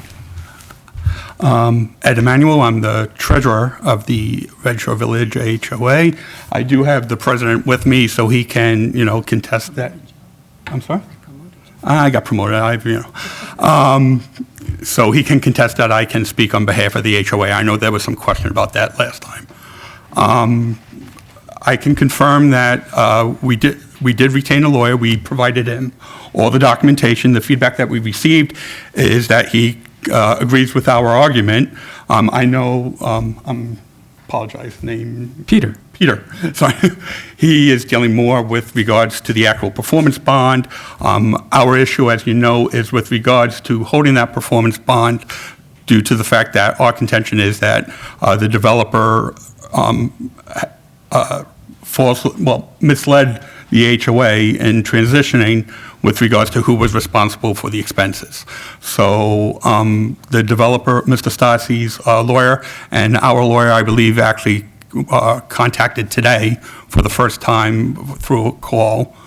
So there is that contact there. There's also the other issues of the road easement that are still open because we are a part of that easement that needs to be done. It's between the HOA, the commercial developer, as well as the town. And then the one final thing is, as we were doing a review of the reports and the engineering and what were the requirements of the performance, and I don't know if this was changed or whatever with regards to the engineering as far as the fence that goes around the basin, I read where it's supposed to be a 6-foot fence, and that's less than 6 feet. So that's the only, I know this is new, I just found this out today, so. Typically, when we have fencing around basin, it's usually like split rail, and it's 4 feet in height. It's never 6. Oh, But okay. I mean, I could certainly go back and check I that. thought it said final 6 feet. Yeah. Change, so. I have to take a look, but I'm And pretty I'll sure let it's you know. split rail. Okay. And it's 4 feet. But again, I mean, we are working towards, we're trying to work towards a settlement with the developer, or at least, you know, having them properly reimburse us for the money that the HOA put out on behalf of him. You know, so that's where we are. Okay, thank you very much. Anyone else wish to speak from the public? Good, okay. Just wanted to make sure you were heard if you wanted to be. Okay, so seeing no other hands for public comment on this issue, I will now, I will now go to council for any questions or comments. Mr. Being Murphy? that some other changes I heard from the engineer and now changes from him, I want to table this.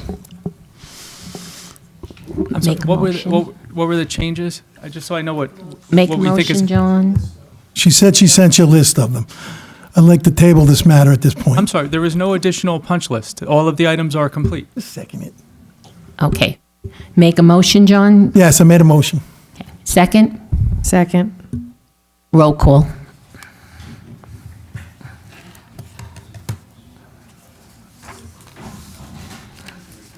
Mrs. Brown? Yes? Mrs. Brown to table? I don't know. I think I'm just going to pass on that one. I'm not quite sure still. You're gonna whether- abstain? Yeah, I'm abstain from that. Abstain or pass? I'll abstain. Yeah, I'm not sure. I would like an explanation. of We got why. point of order on the, Yeah. We have a table and a second on the floor.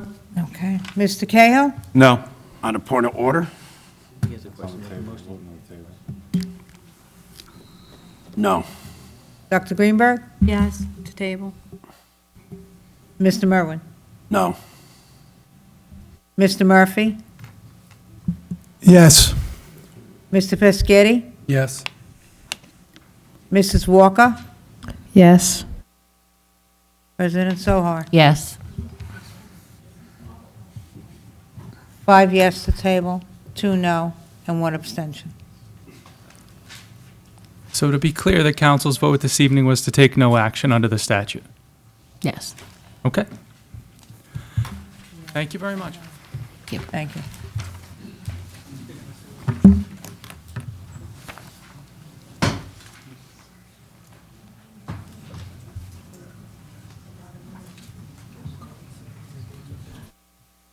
Madam Chairperson. Yes. For the attorney, in the future, if I have a point of order during a table, and that point of order was to get clarification from you, He didn't say it. that does not take precedence? Yeah, to the extent there's a question on the motion, certainly members can ask questions on the motion. I think that was your issue, right? You had a question on My the motion. issue was, You had a question on the motion. yeah, what legalities are we getting ourselves into by turning this application down if it was in fact, We didn't turn it down, we just. well, like we tabled, but not by, not taking action on it? I mean, does he have legal standing to? At this point, I'd rather not discuss litigation matters. In public. Okay. All right. Next will be H2, Release Reduction Performance Guarantee, NJR Clean Energy Ventures, the Old Bridge Solar Farm, Block 1051, Lot 2.12, formerly Lot 2.11. Good evening once again, Mrs. Shapiro. Thank you, Council President. This is an application that was in front of our zoning board for a solar farm under application 50-16Z. It's located off of, well, at the very end of Industrial Drive in Ward 1, and it actually extends all the way up to NJ Transit Coastline. It is for a solar farm, and the performance guarantee that was originally posted for this application was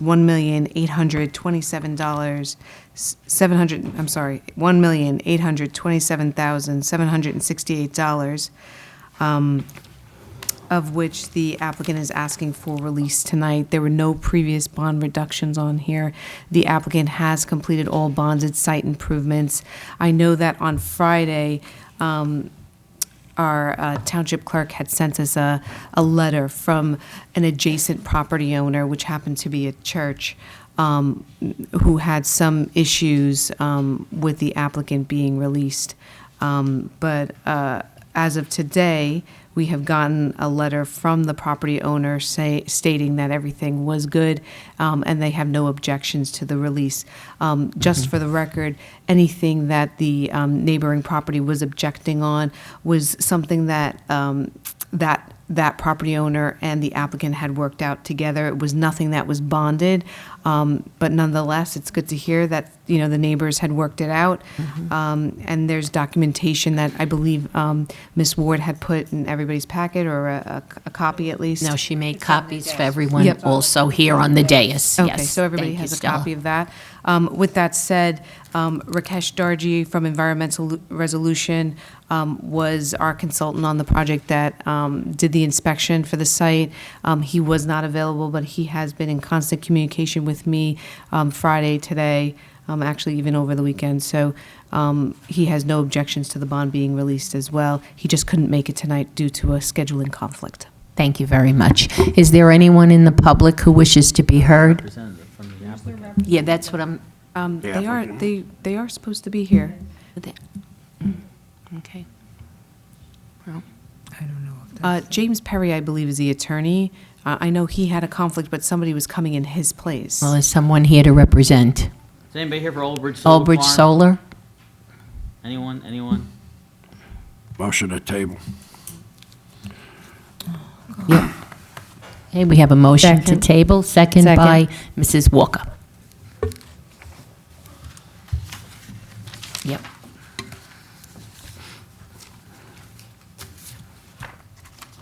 Mrs. Brown? Yes. Mr. Cahill? Yes. Dr. Greenberg? Yes. Mr. Merwin? Yes. Mr. Murphy? Yes. Mr. Piscatty? Yes.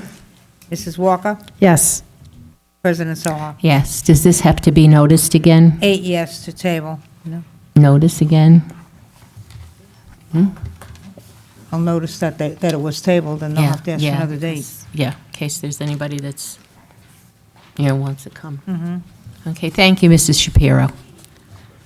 Next will be preliminary public comments to council, subject to the following conditions and restrictions.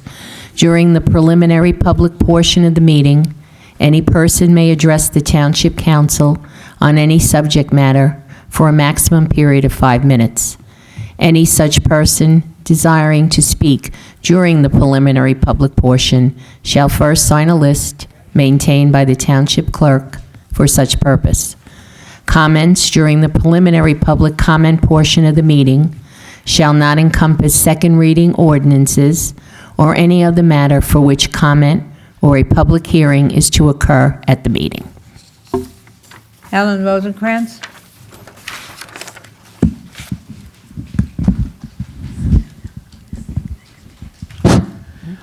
Good evening. Alan Rosencrantz, 8 David Drive, Old Bridge.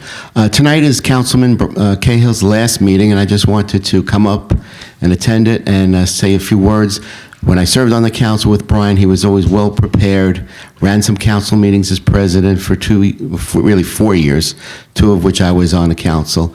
Always conducted himself professionally, well-prepared, knowledgeable of the items on the consent agenda, and I think that Old Bridge really appreciates what you did for Old Bridge, and some of the things that you voted on may not have been popular, but you felt deep down in your heart the conviction that it was good for all the residents. So I'm sure that you'll be missed, and your contribution was not unnoticed.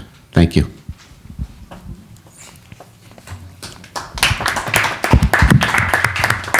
Lucio Panos? Brian, I'm here for the same reason. I've served on this council for 16 years, and I've seen the good, the bad, and the ugly, and you were always part of the good. Even if we didn't agree, you spoke it out, you talked, and you always did the right thing for all the residents of the town. They were lucky you were councilor at large because you knew everything that was going on and did it from the best. You were knowledgeable, professional, and it was an honor to serve with you. So, Alan and I got you a gift. All right? Are we allowed to give him a gift? I think I would. I don't know what it is. You want to see what it is? He's still on council. Yeah, I don't think so. Not in this town. All right, well, I just want This- yeah, okay. But enjoy it. Brian, I just want to make sure, because he's still a council member, still ethic rules that apply. So that's it's under $10. okay. Just want to make sure I don't. It's under $10, she said. Brian, use it well and now that go on some other side. Thank you both. I appreciate Listen, the kind words. hold Thank your you. head up, Brian. You did good. Thank you. Thank you both. I appreciate it. Thanks for your time.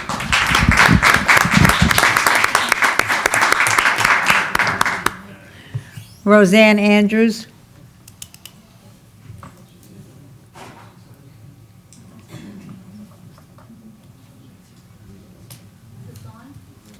Is it green?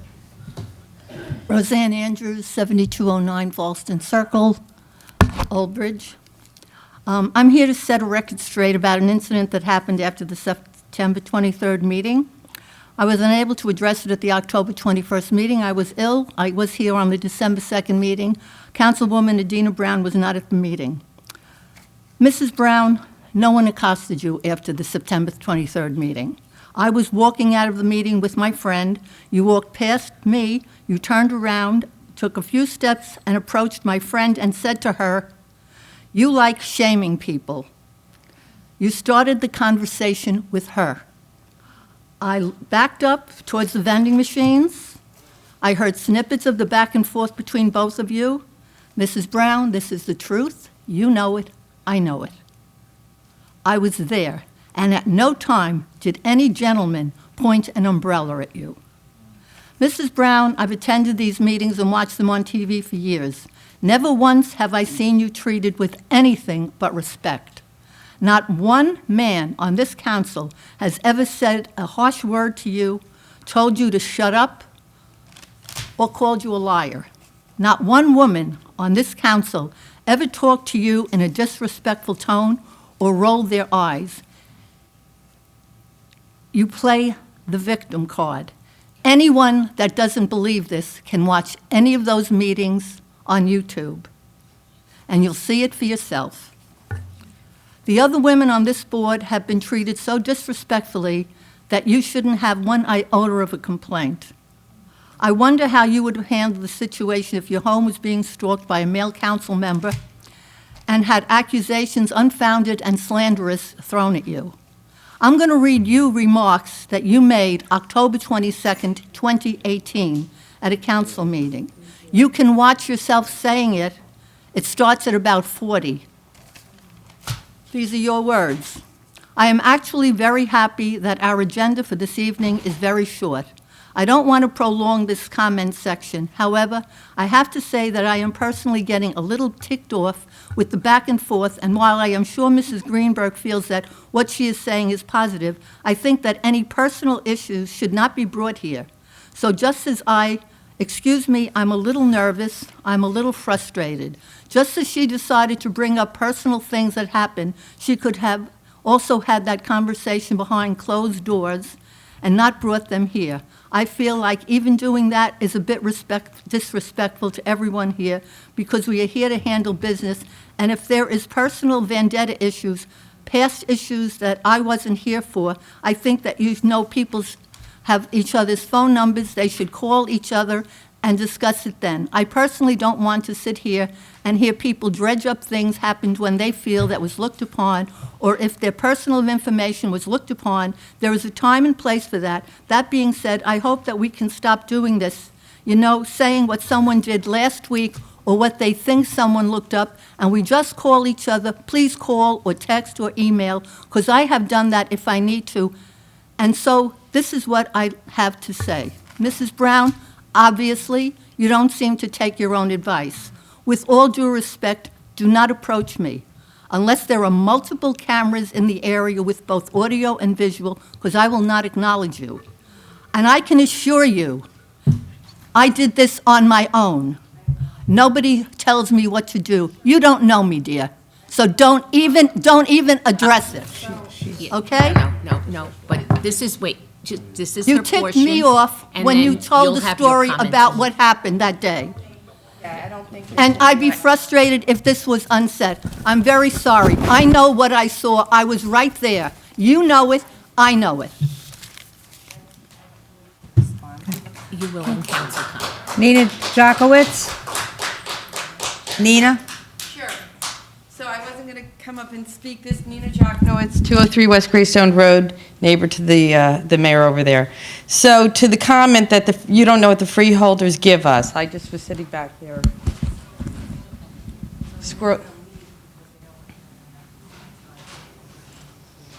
Can she speak before I do? Yeah, I appreciate. So I'm sorry, the woman who just came up and spoke, I was not even around when I spoke. It was, what's her name? Bloomis was the one who came up to me. So, but I think, so. Brown, this is why, let's. No, but I think if we do send people here, I'm not going to do this every month or every, but this is the problem. This is Brown, disrespectful if we allow this type of Mrs. behavior. Brown. I don't even know who you are. I really don't know who you are, though. I never spoke to you, and again, I never spoke to you. I have no idea who you are. But you're not allowing, this is disrespectful for you to come in here and talk to me like that, so you need to leave. And you need to not, I'm not your honey, but this is not okay. This is not okay. Excuse me, this is public comment. Respecting me, But that's your we're friend. asking you- These are your friends that are coming up here and that are like hazing me during the meeting. Portion. Madam Okay. President. But I'm not going to be hazed during the meeting.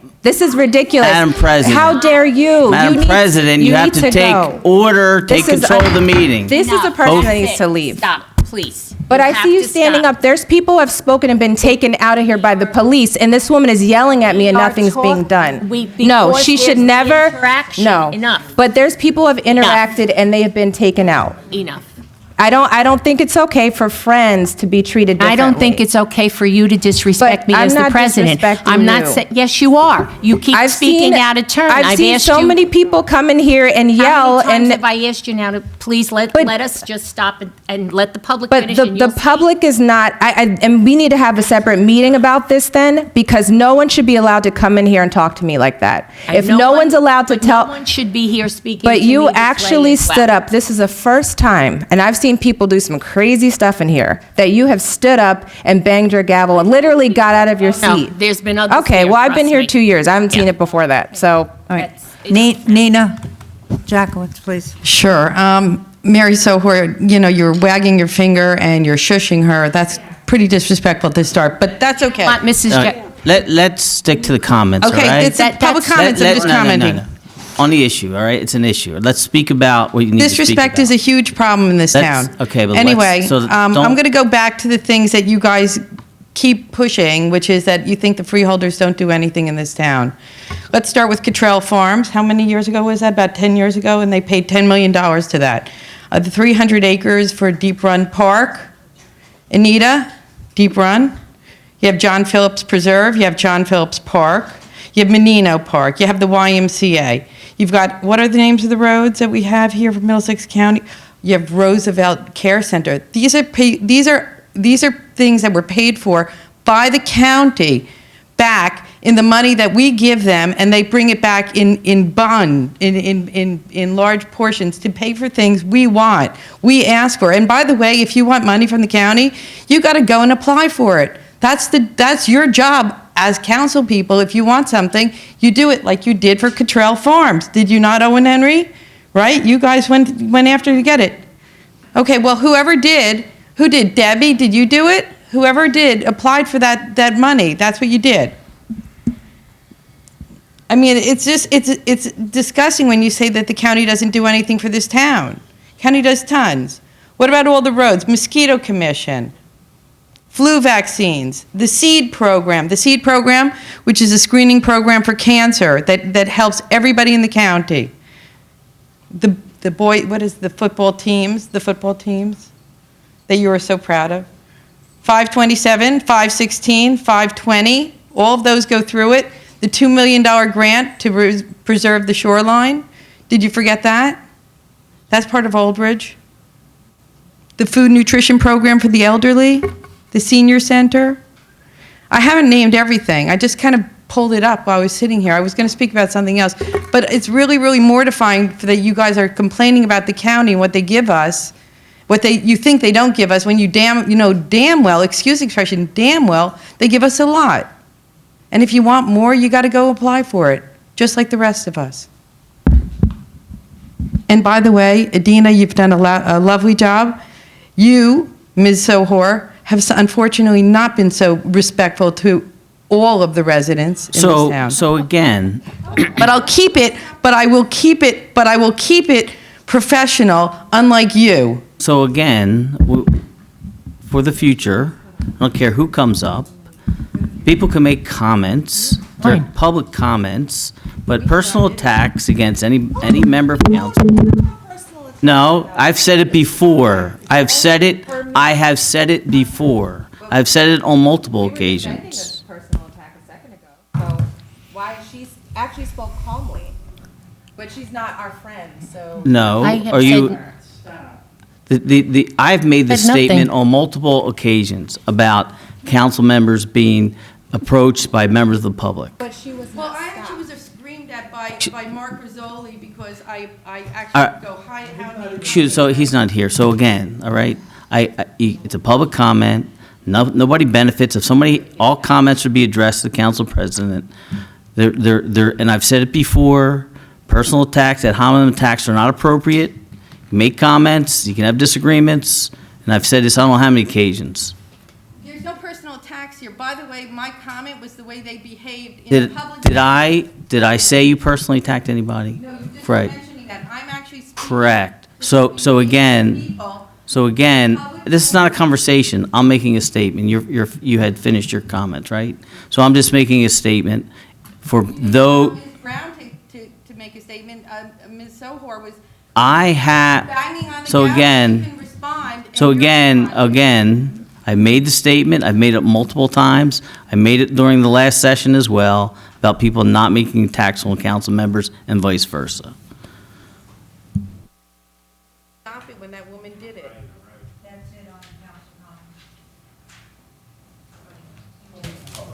Public comments. Public comments, I'm sorry.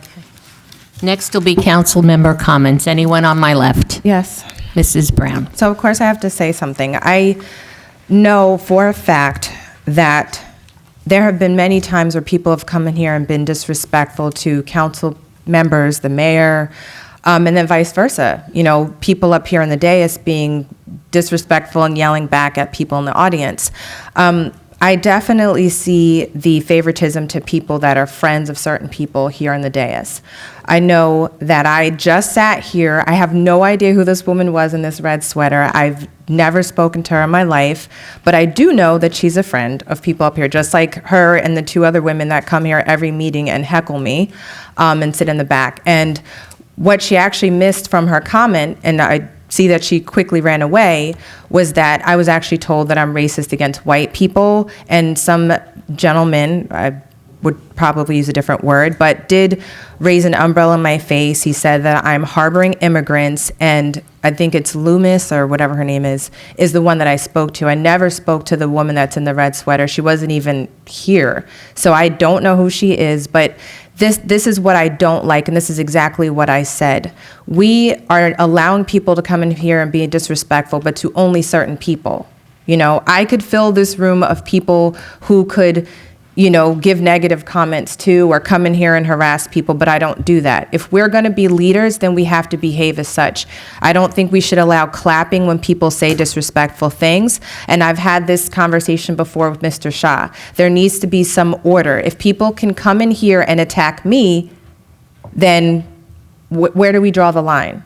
You know, I'm still a human being, and I have the right to say that I'm not for being a certain way to immigrants. I have a right to say whatever I feel, but this, I think, has gone too far. These women come in this meeting, now every meeting since like the summer, and heckle me from the audience. I don't care because I feel sorry for them. They don't have anything better to do with their lives because they really don't. I mean, they come here every meeting. They just sit here and stare at me. I feel bad for them, but I also feel bad that we're not doing anything better. We're allowing this kind of behavior. So I would like to have a meeting, Mr. Shah. We cannot allow this. If this woman comes in here again, I would actually say that she needs to be removed. We have removed other people for behaving much less appropriately than she did. She actually got up and yelled. First time I've ever seen the president bang her gavel as hard as she did. Why? Because this is her friend. And we cannot, I can get my friends to come in here too, and they will be much louder than them. But I'm not doing that because it's immature and it's petty. We're here to do business. We're not here to get our friends to come in here and pick on people like we're in third grade. So I'm going to ask that you talk to your friends and tell them to stop because this is silly and immature. And for everyone to be the age that they are, and I'm way younger than all of you. I just turned 40. Happy birthday to me 2 weeks ago. But I don't bring my friends in here to do that. So we're 60 plus, 55 plus, and this is the way we behave, right? Great example. I'm asking again, like I did a few weeks ago, stop your friends from coming in here and bullying me. It's inappropriate. It's silly. We are here to do business for the town. I don't know what you were doing before. I've heard about it, the choking people and all this other stuff. I'm not down for it. If you want to do that, if that's the way you guys operate, then I'm not doing that. That's not the way a council should be run. I think I'm done talking for the moment. Yeah. Mr. Cahill. You done, Mrs. Brown? Sorry, I wanted to say to Brian Cahill, thank you so much for being so nice. No offense to anybody else up here, but I feel like he has been the most respectful, intelligent voice of reason up here on the council. Oh yeah, I'm saying that about you. And I'm gonna miss him because he literally has been just a treasure to work with, and I don't know what I'm going to do. Who's going to sit next to me? I don't know. Oh, no, I'm scared. I know it's not. But thank you so much for being so welcoming. And I have to say, I'll be honest, when I had watched council meetings before and I'd seen you in action, I was a little scared that you were going to be the person I didn't gel with the best, but you literally are a voice of reason and you're like a breath of fresh air. So thank you so much. Thank you. Appreciate it. Good luck. Thank you. Yes, Mr. Thank you. So this is my last council meeting. I just want to say a couple of words, actually some words. So, you know, I've served 3 terms, 12 years, 4 as council president, as past Councilman Rosencrantz and past Councilwoman Pownell stated. I'd like to thank the residents of Old Bridge for entrusting me to serve them. It was truly an honor. I'd like to thank my wife and kids for supporting me this whole time. It does take a toll on your family, as everybody up here either can attest to. I'd like to thank the council members that I serve with who no longer serve. This is a difficult position, and I've learned from each of them. Bob Volkert, Joe Mollis, Bill Baker, the late Reggie Butler, June Dungy, Kevin Caligiera, Alan Rosenkrantz, the late Richard Green, Lucille Panos, Jim Anderson, Ed Testino, and Patrick Gillespie. I've always tried to, in my professional career, learn from people, listen, and even if I don't agree with people, I try and, glean as much as I can. I try to do that with those folks. I'd like to thank all the employees of Old Bridge Township for their dedicated service and support, and all the department heads for their leadership. I'd like to thank Chief Volkert and the entire Old Bridge Police Department for keeping our residents safe day in and day out. They have a really tough job. Thank you to Mark Roselli and Ken Lozier for their legal guidance, Himanshu Shah for his leadership with respect to our finances, and Stella Ward for her work in supporting the council, as well as my tenure as president. I'd like to thank the current mayor and council for their service, and it's my hope that going forward they can reduce the amount of political rancor. Boy, is that timely, huh? And focus on the issues at hand. Our residents deserve it. Very proud of my service to this community, a community I wasn't born into, but moved here and have grown to love. I chose to live in Old Bridge and raise my family. Some of the things I have helped contribute to, which I'm very proud of: stabilize the tax rate, improve the bond rating, increase capital spending, improved our roads, and provided Old Bridge Police Department with improved tools, the Lombardi Field Shared Services Agreement. What am I most proud of? That I kept my integrity. I remembered who my friends were and why I got involved in the first place. I'm proud that I stood my ground and didn't waver and bend to political pressure and personal attacks. I'll leave elected office with no regrets. During my tenure as councilman at large, I've tried to look at every issue, every vote, through the lens of what is best for my constituents, not clouded by party politics. I got involved in Old Bridge politics while watching council meetings, actually on a local access channel, and become increasingly frustrated by what I was seeing. My father instilled in me at an early age that instead of complaining about things, he told me, be part of the solution, don't add to the problem. I told my wife when I first ran for office that through it all, I'd be able to look her and my kids in the eye and say, I have done my very best. Hopefully I met that goal I set for myself and my family. I wish nothing but the very best for the Township of Old Bridge, a town I care deeply about, and will be keeping a watchful eye on its progress going forward. It's my aspiration that my involvement on the Township Council has made some small positive difference in our community. Thank you.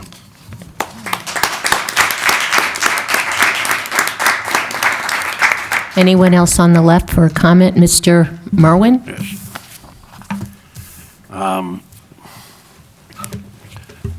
Just for the administration, if I could get an update on the Prospect Avenue and Route 35 problem there with the drainage.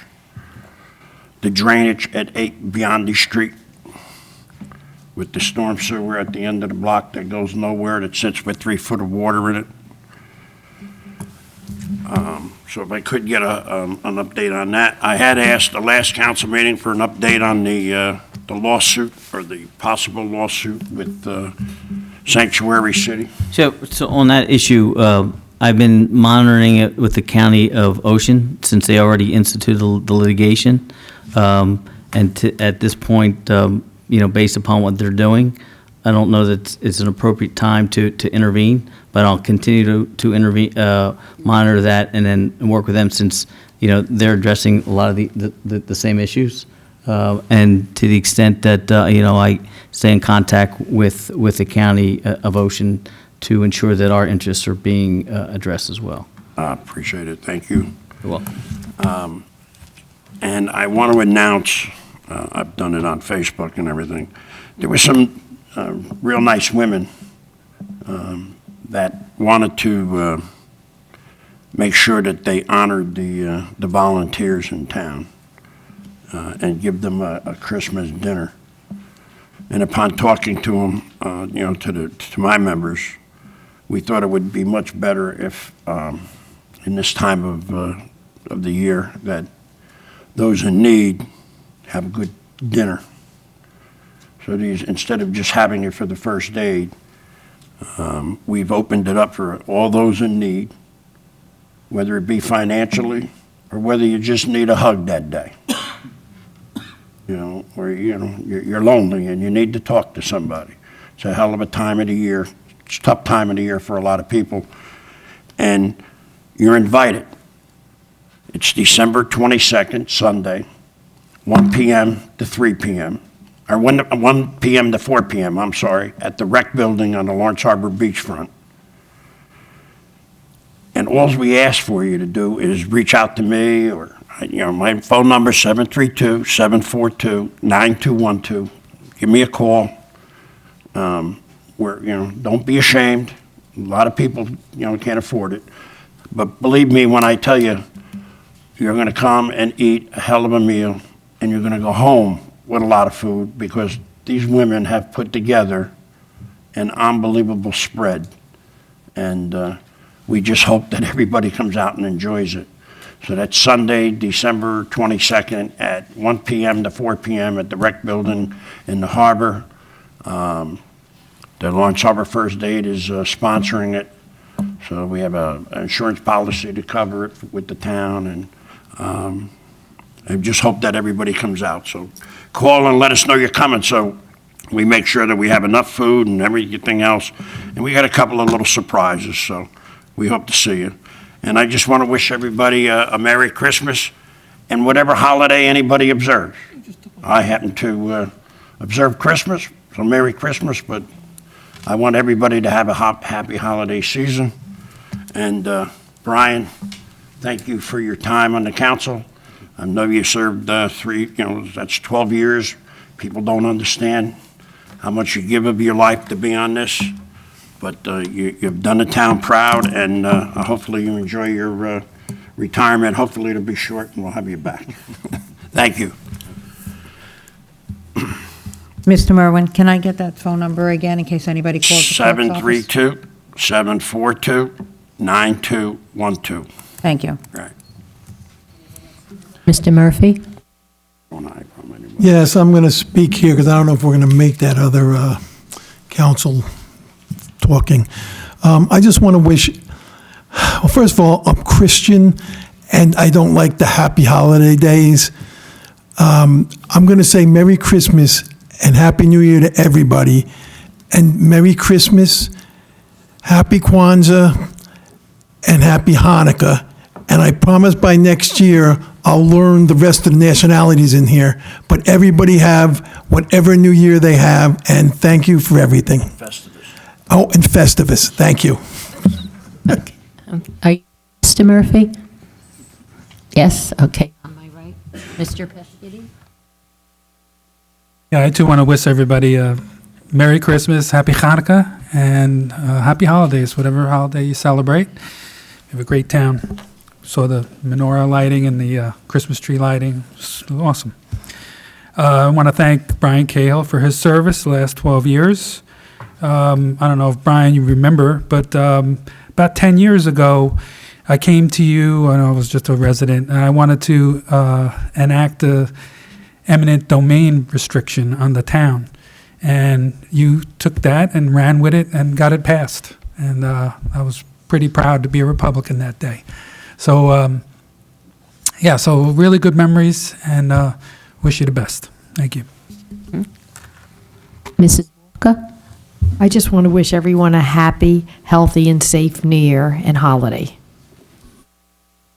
Ms. Dr. Greenberg? Yes. On Sunday, there was a concert at the Thomas Warren Museum by the Old Bridge Choir as everyone gathered to celebrate the last event for the 150th anniversary of Old Bridge. And I wanted to thank all the members of the Historical Society and the board of the Thomas Warren Museum for an excellent job that they always do. They put so much effort in and make everyone welcome when they come into the museum, and I want to thank Matt for everything that he does in conjunction with them to make sure that all the events go smoothly, and you do it it appears without much effort. You're an excellent at it. Thank you. And I wish everyone a healthy, happy, joyous holiday season. Merry Christmas, Happy Hanukkah, whatever you celebrate, enjoy it with friends, family, and good health in the new year. I'll close the council comments by also saying there was a great event at for the Toys for Tots. It was through the Business Alliance, and they collected over 400 toys, so that was a wonderful thing for the needy. So thank you, Steve. You're usually at the forefront of that, and it's very appreciated in the community. Everyone have a very safe and happy holiday season.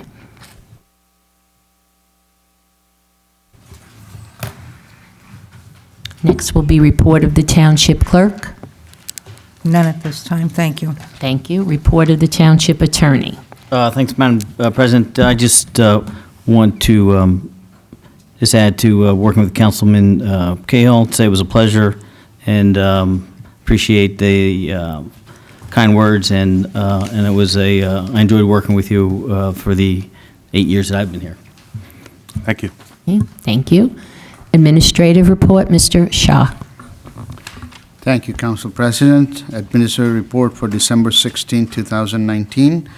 Item 1, Food Bank Thanksgiving Basket. On Saturday, November 23rd, 2019, the Old Bridge Township Food Bank held its annual Thanksgiving basket distribution. Township employees, community partners, and DuPont sponsor 152 baskets through our sponsor a Thanksgiving basket fundraiser.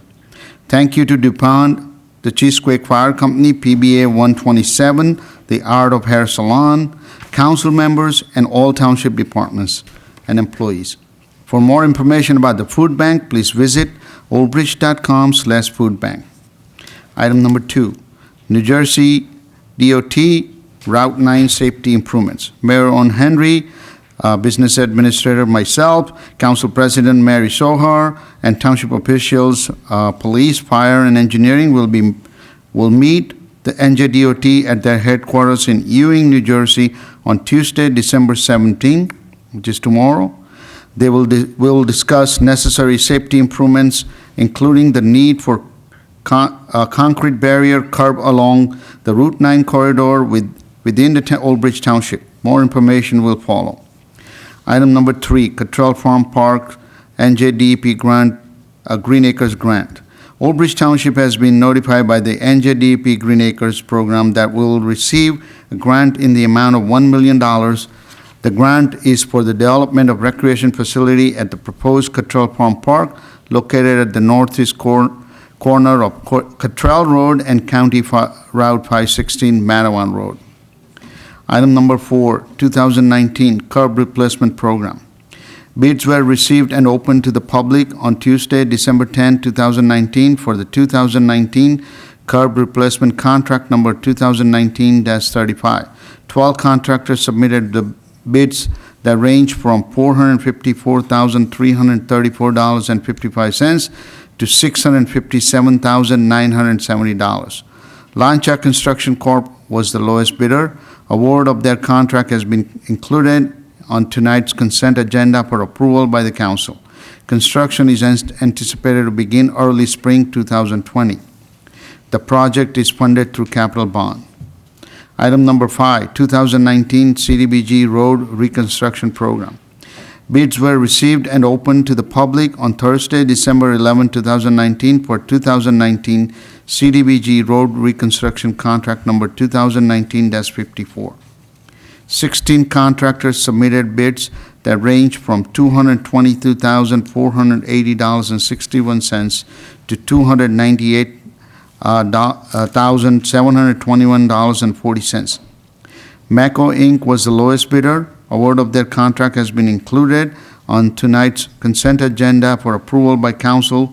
Construction is anticipated to begin early spring of 2020. The project is funded partially by CDBG grant in the amount of $170,684 and remainder by capital bond. Item number 6, Southwood Drive resurfacing. Bids were received and opened to the public on Thursday, December 11, 2019 for the Southwood Drive resurfacing contract number 2019-33. 16 contractors submitted bids that range from $386,153.10 to $488,206.20, and Mako Inc. was the lowest bidder. Award of their contract has been included on tonight's consent agenda for approval by council. Construction is anticipated to begin in early spring of 2020. The project is funded partially by NJDOT Municipal Aid Grant in the amount of $331,580 and the remainder by capital bond. Item number 7, Ice Arena brochure. The new winter ice skating brochure is now available on oldbridge.com. The brochure lists open skates time, as well as information about lessons, birthday parties, and our instructors. Online registration for winter lesson begins on Thursday, December 19, 2020, at December 19, 2019 at 6 p.m. Item number 8, 2020 recycling schedule. Please check the township website for 2020 curbside pickup schedule. If you would like a schedule mailed to you, please email recycling@oldbridge.com with your address. Item number 9, Christmas and New Year's holiday. The township will be closed Wednesday, December 25th, 2019 for Christmas, and on Wednesday, January 1st, 2020 for New Year's Day. Item number 10, Christmas tree schedule. Christmas tree pickup will begin the week of January 6, 2020 in Ward 5 and 6. For the full schedule, please check oldbridge.com. Item number 11, NJDOT Transportation Set-Aside Program Funding. Old Bridge Township has been notified by NJDOT that we will receive a grant in the amount of $354,187 from Transportation Set-Aside Program. It will fund Route 516 pedestrian safety sidewalk improvement project to construct the missing link of sidewalk along the south side of Route 516 between Cottrell Road and Old Bridge Township High School. A project kickoff meeting will be held with NJDOT and township officials on Thursday, January 9, 2020. I want to take this opportunity to say Merry Christmas, Happy New Year, and Happy Holidays. Thank you And I very also want to thanks Brian Cahill. It has been pleasure working with him for the last 12 years. Thank you. Thank you very much, Mr. Shaw. Does anyone have any comments or questions for Mr. Shaw? Motion to accept? Okay, motion by Mr. Sorry. Cahill. Oh, he has a question. I'll take care of it after the meeting, no big deal. Second. Okay.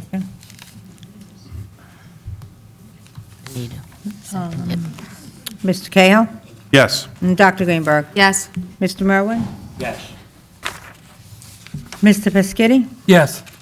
Mrs. Walker? Yes. President Soha? Yes. 6 yes. Council President, if I may? Yes, Mayor. Thank you so much for this opportunity.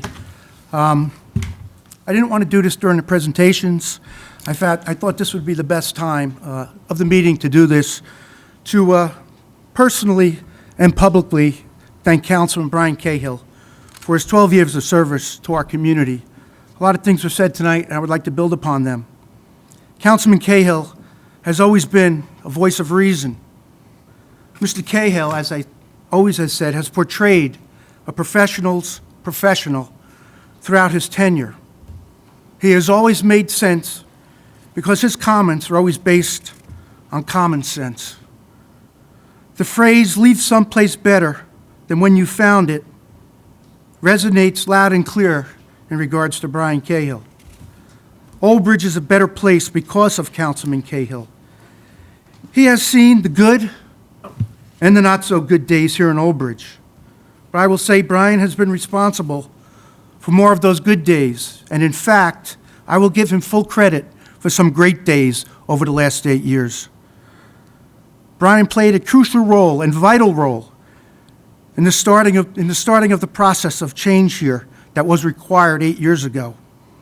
Those changes were not easy, nor were they popular, and required a special person to head the council. Brian never wavered, never lost control, and was able to show true leadership under fire. I'm sure everyone remembers the movie The Godfather, when the going got tough after the attempt on Vito's life, and Sonny approached Tom, and he said, "I need a wartime consigliere." Well, 8 years ago, after becoming mayor, everyone was celebrating. Brian and I made eye contact, and we both looked like deer in the headlights.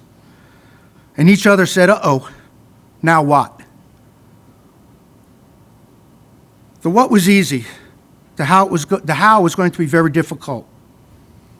The first thing I did was ask Brian to be the council president, knowing what and how was coming, and there was a need for a wartime council president. And Brian did not let this town, let this administration, nor did it let its residents down. Brian Cahill, it's been an honor, pleasure, and I want to acknowledge your accomplishments and the positive impact you have had on this administration and the Township of Old Bridge and its residents over your 12 years. Thank you for those 12 years of service.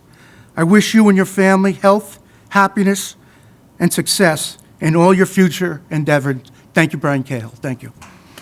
Thank you, Mr. Mayor. Thank you for the kind words, Mr. Mayor. I appreciate it. Very nice. Now, Brian, I have a piece of wood to give you.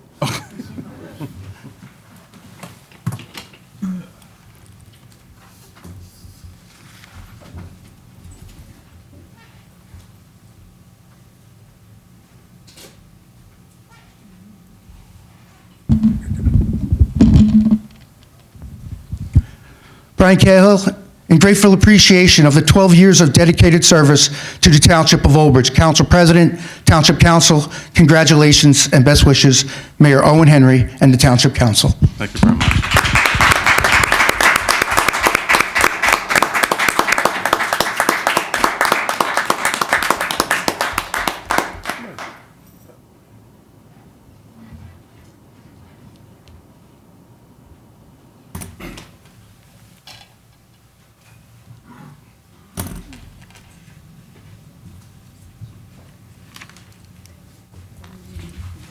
Thank you very much, Mayor. Yes, Mrs. Wood? Brian, I'd also like to say thank you very much for all your support over the years. It's been a pleasure to work with you. I wish you the best of luck and happiness in the future. Enjoy your family and your grandchildren. And again, thank you for your support. Thank you, Stella. Okay. Appreciate it. Okay, thank you, Stella. All right, next will be the consent agenda. I will open it up. I need a motion and a second, please. Second. Moved by Dr. Greenberg Belli, second by Mrs. Walker. I will now open it up to the public. Does anyone in the public wish to be heard on a consent agenda item? Seeing no hands, I will close the public portion. I will now ask council members for separation. C1, please. Hold on for a second. Council President, before you get to that, I just want to make two notations. On C13, there's a typographical error in the first paragraph. It should be, after the, now therefore be it resolved, the date should be September 12. It says September 2. So that'll be amended. On C13, you said? C13. And on C21, which is the award of the contract for the Southwood Drive resurfacing project, we have to add, after the now therefore be it resolved clause, a fourth sentence stating that the award of this contract is subject to review and approval by NJDOT.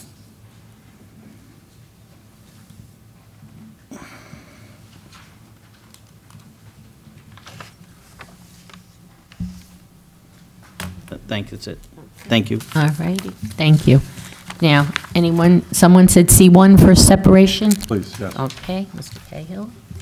Anyone else on the left for separation? I got a list here.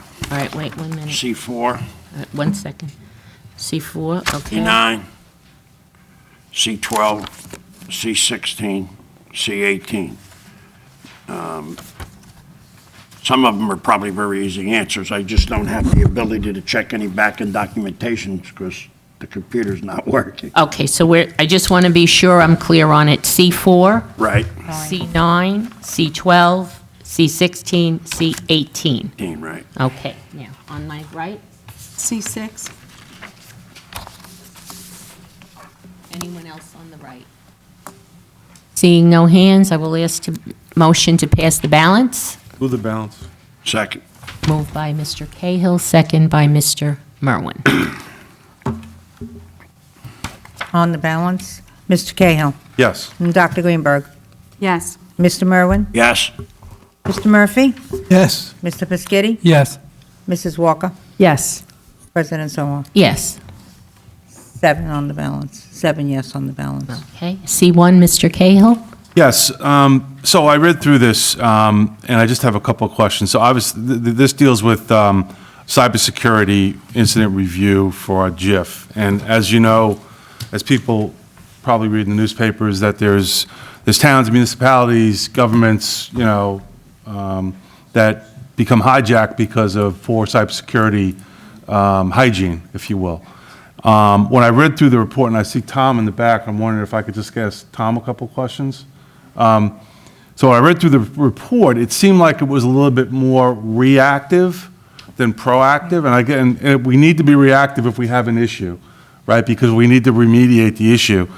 What I didn't see, Tom, is there going to be a review, like kind of a security review to look at our vulnerabilities, what our firewalls look like, all that sort of stuff, so we can put steps in place to not be affected by an attack?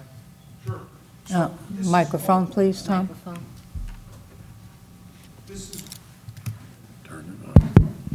This is one of the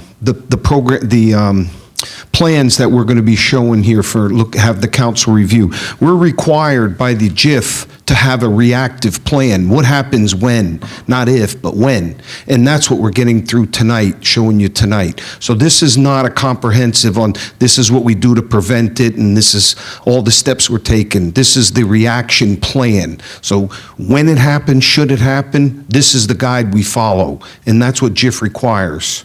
Okay, that's fine, that's a requirement, but when we're in the reactive phase, we've already reacted to an incident that occurred. I guess my question is there then a phase 2 or a step 2 to say, we got to Band-Aid this stuff, we got to protect ourselves so this stuff doesn't happen, so we don't have to react? Is there a plan in place? Because, again, if we get hacked, we could pay out hundreds of thousands of dollars, maybe $1 million in ransom, depending on the bad actor, right? So I guess what I want to see is, and again, I think it's a good plan from a reactive perspective. What's the plan to button up the vulnerabilities up front so we don't have to react to the plan? It's a great question. So the first part is, when possibly we do get attacked, this would be the guide we would follow. It's also, we have to do things per GIF that says what are you doing to prevent it? And it's not an open-ended question. There's specific things. Do you have firewalls that are patched? Do you have secure antivirus and those kind of things? Do you have training for the employees? Safety training, not safety, you know what I mean, computer safety, cyber, common sense kind of thing. We all think that was obvious, but it's great to be reminded. So Averill has been running programs here to get people refreshed and get them, and oh my God, I never thought of that, kind of thing. And so we're burning the candle at both ends in that regard. This is just the one end that says, if we got attacked, this is how we'd react, not how we would prevent it. That's a whole different thing and we're putting a program together now to kind of formalize how we do that, realizing that it's a moving thing. It's constantly, it's dynamic. New firewalls, we keep all that stuff updated. All right, there is a plan though. Absolutely. Yeah, okay, great, thank you. Brian, just to add that we have an ongoing training. We have seminars that we set up for all employees, mandatory to attend now.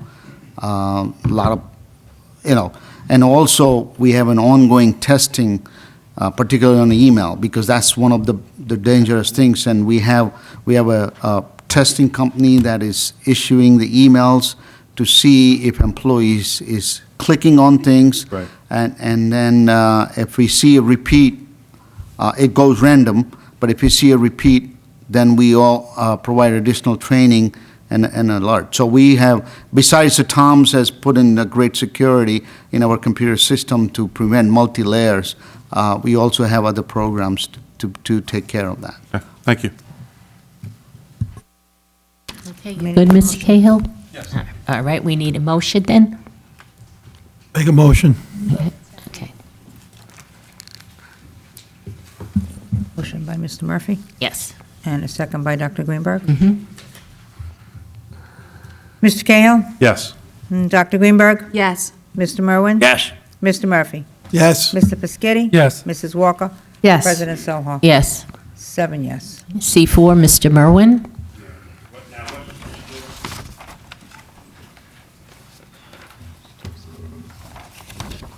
It's a grant opportunity from the Middlesex County Division of Solid Waste. We applied for a grant for $7,495 for new signage in the recycling center. They'll just upgrade all of our existing signage so it's more uniform, new bases for the signage, and the labor to install those signs.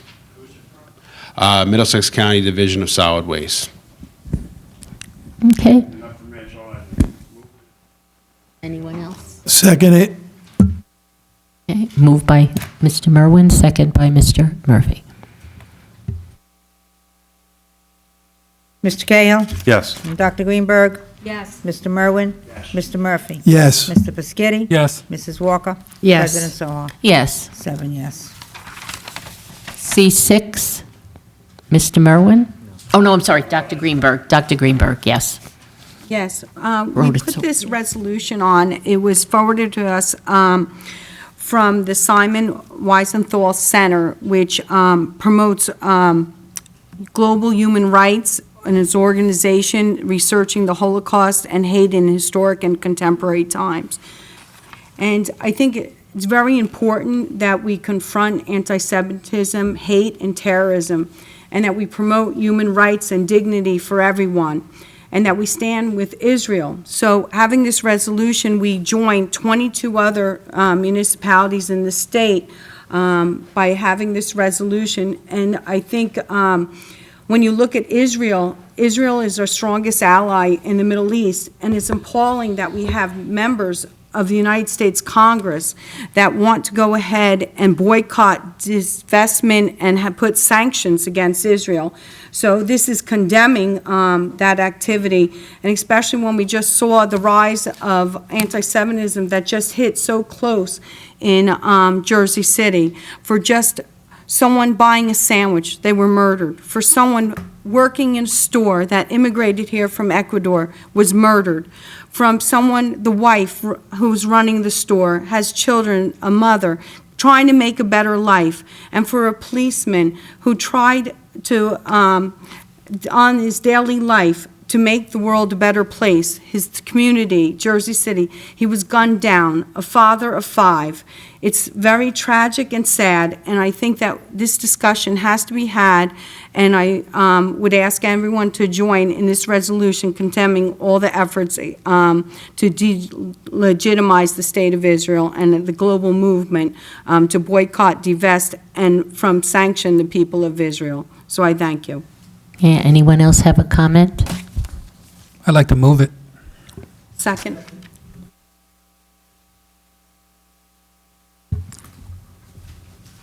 Mrs. Brown? Abstain. Abstain, if that's possible, yes, I'd like to abstain. Mr. Cahill? Yes. Dr. Greenberg? Yes. Mr. Merwin? Yes. Mr. Murphy? Yes. Mr. Pescetti? Yes. Mrs. Walker? Yes. President Soha? Yes. 7 yes, 1 abstention.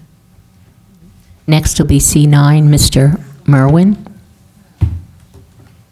Where is Brown Road Field?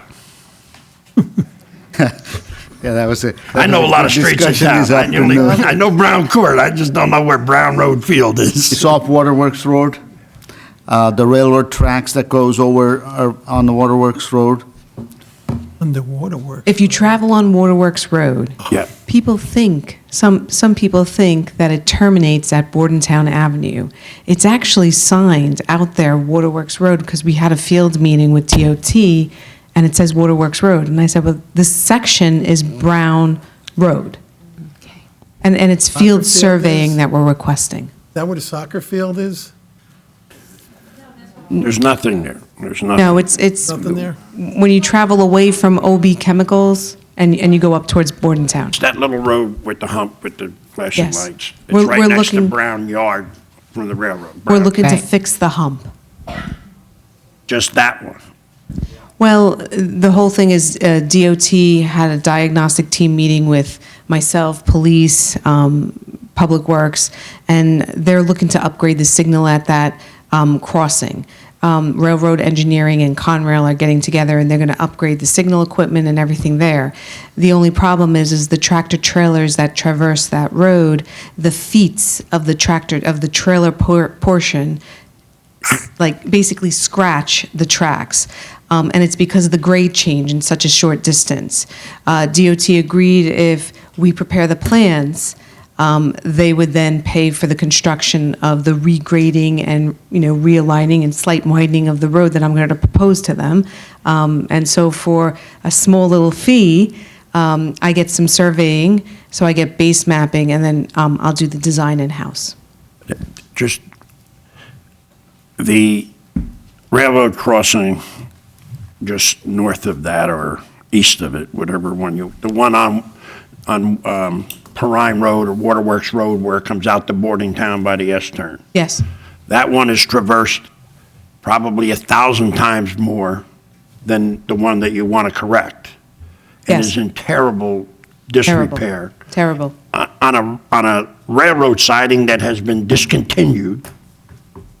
We also bartered with them on that day. I'm just wondering why we don't put signs that say, hey, dummy, don't turn here. Go another half a mile and you have no problem, and we'll get the road that we use more fixed. Well, we're actually having them remove the track. That's actually an inactive line on that portion. They're going to remove the tracks on that.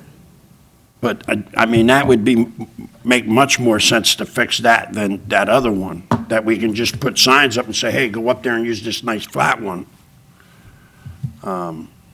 But, I mean, you're already this far into it. Brown Road isn't flat now.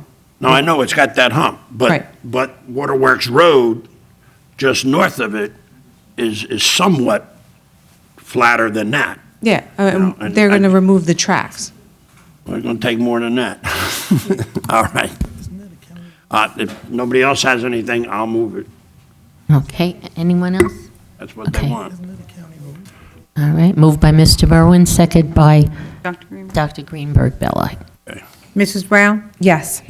Mr. Cahill? Yes. Dr. Greenberg? Yes. Mr. Merwin? Yes. Mr. Murphy? Yes. Mr. Pescitti? Yes. Mrs. Walker? Yes. President Soha? Yes. 8 yes.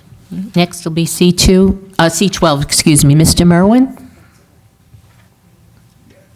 Like I said, we didn't have any back in documentation that was in our computers. How much budget transfers are we making from 2019?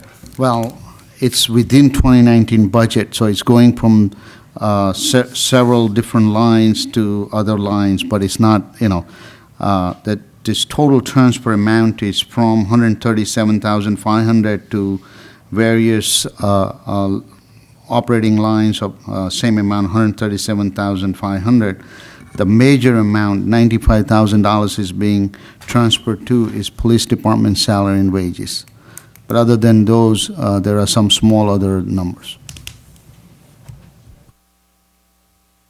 I'll move it. Anyone? Second. Okay, moved by Mr. Merwin, second by Mr. Murphy. Mrs. Brown? Yes. Mr. Cahill? Yes. Dr. Greenberg? Yes. Mr. Merwin? Yes. Mr. Murphy? Yes. Mr. Pescitti? Yes. Mrs. Walker? Yes. President Soha? Yes. 8 yes. Next is C16, Mr. Merwin. Do we have a reason there was a $7,500 increase? This is a continuous in service by veterinarian for the animal shelter, and there's, additional services needed for the rest of the year and for the month of December. Yeah, what's in that, what's that for, the, Taking care of the animals at the shelter, the that's cats what I and mean. dogs. Is this not to, what do you call it, neuter them? To No, neuter them, or this just to make sure that they're all healthy and, Yes. yeah, okay, yeah, which?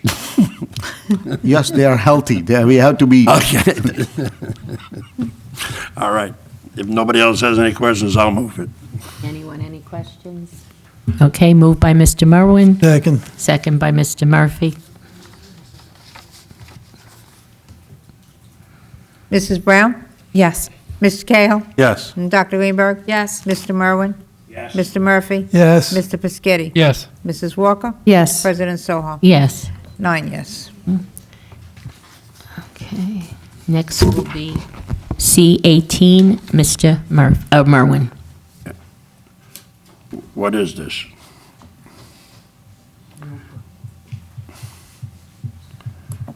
It's the Oprah. Yeah. So, basically, Councilman Merwin, everyone's familiar with the Open Public Records Act, which, having to deal with it over the last, since it was enacted, it's like one of those laws where I think there was good intentions. And at this point, it's been being more than abused. So I think one of the municipalities have, and I think it's warranted, reached out to other municipalities and asked the state to basically put together a commission to review the act because of all of the abuses that have resulted from the statute itself. I think when you, like for instance, in Old Bridge, we have almost 2 members in the clerk's staff who deal with Oprah constantly. And aside from their time, it involves my time and many staff members' time to review the requests. Many times the requests are from single individuals who do it not because they're interested in information, because what has happened is a cottage industry has evolved whereby people try to make money. You have an inconsistency between the case law and the Government Record Council as well. Government Record Council may issue a decision that says that a certain document can be either redacted or it's not a public record. And then you'll have a court decision, and the way the courts have been going over the last few years, that basically says that everything's a public document, which is contrary to what the law actually says. So under the statute, if you're successful in a lawsuit, then you can be awarded attorney's fees and costs. So this whole cottage industry has developed, and you don't have to be an attorney in order to challenge it either. There have been individuals who have saw this, jumped on it, and have successfully made a living out of it. And then you have instances where you have people who have multiple requests asking for the same thing multiple times, and frankly, there's no real reason for it. So the law itself really does need to be reviewed. Interestingly, as well as that, while much of it applies to the municipalities, a lot of it doesn't apply to the state or the governor's office. That's always an interesting component as well. So in effect, you have many municipalities dedicating significant number of man-hours towards requests that have cost the taxpayers hundreds of thousands of dollars because the way that the act has been enacted and the way that it has been followed over the years. So I think this is something that Stella had approached myself and Hamanchu about, that I think it's something that the town should get behind because it is one of those things where it needs to be looked at and reformed because it frankly just doesn't work. And it's not a matter of not being transparent, because I don't think that's the issue, but there's just so many pitfalls, and there's so many discrepancies, and again, and just the abuse that they need to reform it. Is this on behalf of like the Clerks Association or something, or? I think the request, did it come? It Stella? came from One of the municipalities, one I of think, the reached other out to you. municipalities. They just sent it out to everybody. Right. We responded to 980 as far as this resolution says right here. By the time I walked in here tonight, it's up to 989 and counting. That's just for 2019. That's just for this year, that figure of 989, just for this year. And it's still going. I am, all for the Open Public Records Act, but based upon the attorney's statements, I think that it would be in order. And if nobody else has anything to say, I'll move it. That's it. Dr. Greenberg. Mrs. Brown? Yes. Mr. Cahill? Yes. Dr. Greenberg? Yes. Mr. Merwin? Yes. Mr. Murphy? Yes. Mr. Piscitty? Yes. Mrs. Walker? Yes. President Soha? Yes. 8 yes. Thank you. All right, next, we have no ordinances for first reading. Excuse Public me? comment on any subject matter. Anyone wish to come up and speak? Okay. Being no hands, I will, Okay, go ahead. C21. oh, I'm sorry. Oh, no, No, that it's that fine. was just Yeah. for, yeah, okay. Yeah, no, it's All right. okay. Okay, seeing no hand, Oh, he's got it. good evening. My name is Robert Cusick. I live in South Old Bridge, Ward 6. Is your microphone?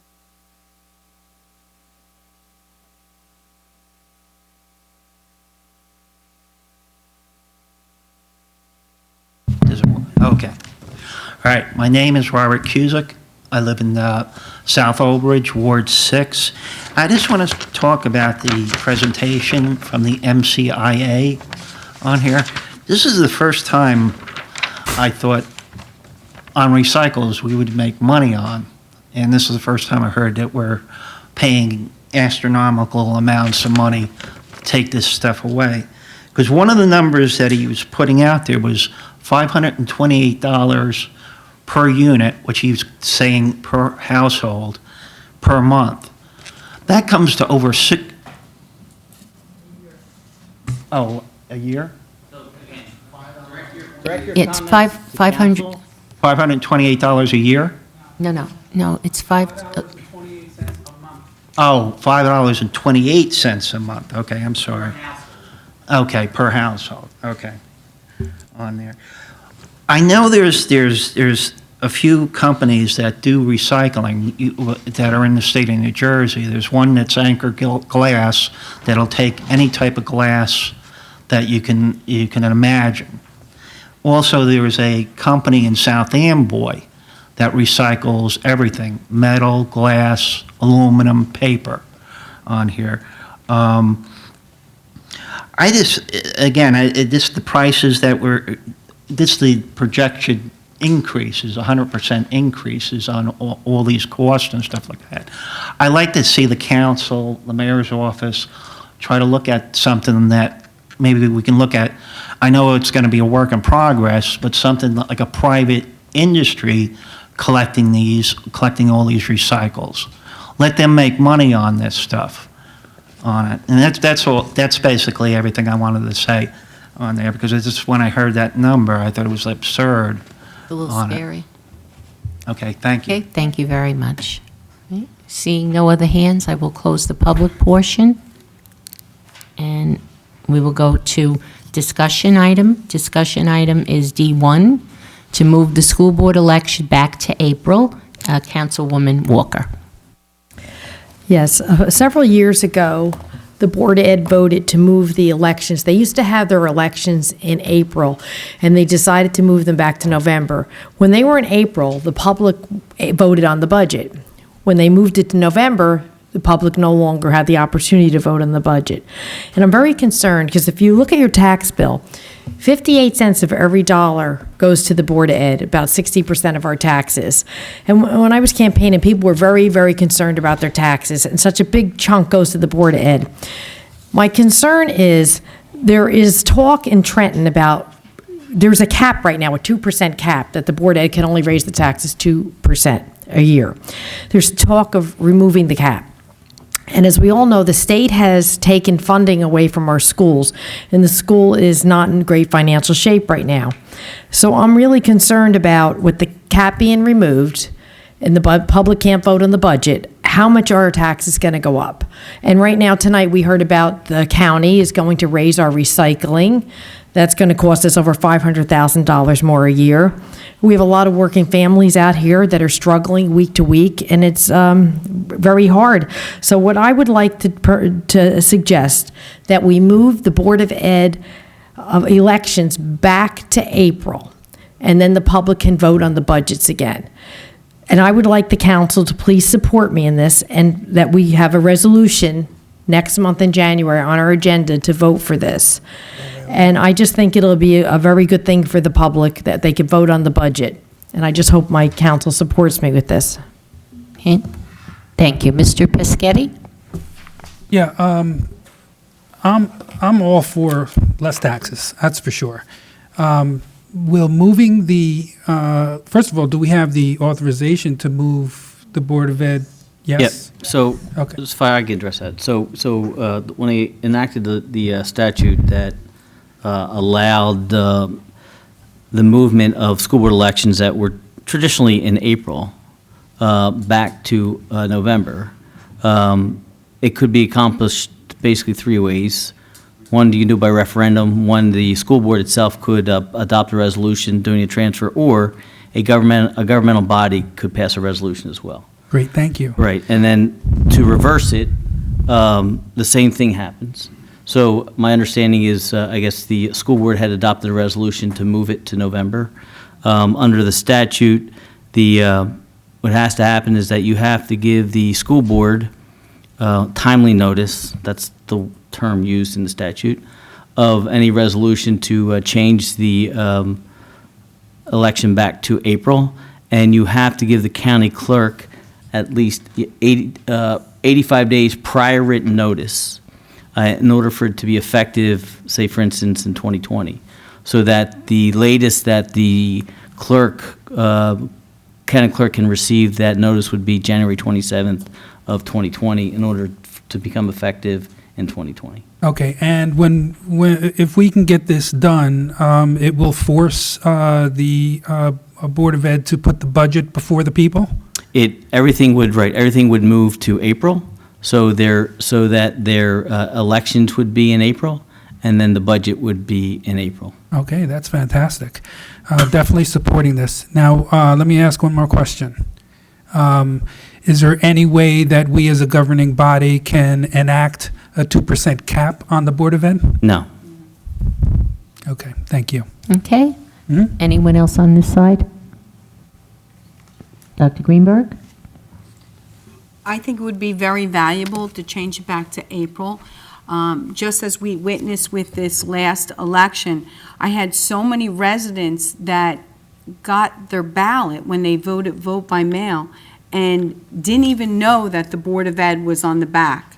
And then when I went into the polling booth, I think the way the ballot was designed and the way that it was presented on the ballot, even in the polls, it's just unfortunate because I just don't think that the way it was designed gave much value or put the interest to even evaluate the Board of Ed. A lot of people went in and voted, and then the Board of Ed was off to the right on the bottom, and if you weren't aware of it or took the time, it's very unfortunate. A lot of people are quick, go in, just vote and come out. And I think the Board of Ed deserves better, more attention, and I think this will isolate them, and I think we can focus on it, and do our due diligence with the elections. So I will be supporting it also. Anyone on my left to speak? Mr. Merwin? For the attorney, Yes. if we voted to go back to April, currently they don't vote on the budget. You're saying that in April, we would vote on the budget, and if it was defeated, it would have to come before the council. Right, then you get back into right, you have to, assuming they don't exceed the 2% spending cap. I don't know if this is true or not, but I don't know if the public would vote on the budget if it was 2% or less. They're allowed to raise 2%. They're allowed that. If they would go above the 2%, I believe the public would have a say in that. I'm just, from what I remember. Yeah, but if the public knocked the budget down, Yeah, whether it was 2% or not, right, so it would have to come back before us. the statute states that in the event that the date is moved back to the third Tuesday in April, then you do have a vote on the district's general, on the levy for the budget and for anything else. So I think at that point, and I'll confirm that, Mr. Mayor, but it may follow the old schedule, because the reason why, when you moved it to November, the idea was that if you held to the 2%, that was the whole reason why you can get away with that. And then if you were going to exceed, there was the whole process where you would have to go out and get voter approval. So the statute doesn't state if it's held, but my sense would be if it's moving back to the April, then I think you can say that the old rules apply, where that if it's defeated, then it comes back and you go through that process of reviewing the budget. We'll have all those answers before we Right, vote yep. on it, right? Now, what is the cost to the clerk? What is the cost of an April election? Well, it wouldn't be, it's not to the clerk, it would be to the school board. To the district, rather. We don't get involved, so what, you don't know how much does the November election cost? The who? November election, the county picks up Oh, most of the okay. fees on the November election. The primary is where we come in. But the, Okay, so what do we pay for a primary? and it all depends, What, what give me a goes out, ballpark. what it goes out in the mail, the mailings and stuff. Every primary is different. What I'm saying is, we move to April, there's a cost associated with that we would be putting on the Board of Education too. So, I mean, there's a lot of things that we have to look at. So we'll have all those answers, the cost and everything, before we get this moving. Check it out. All right.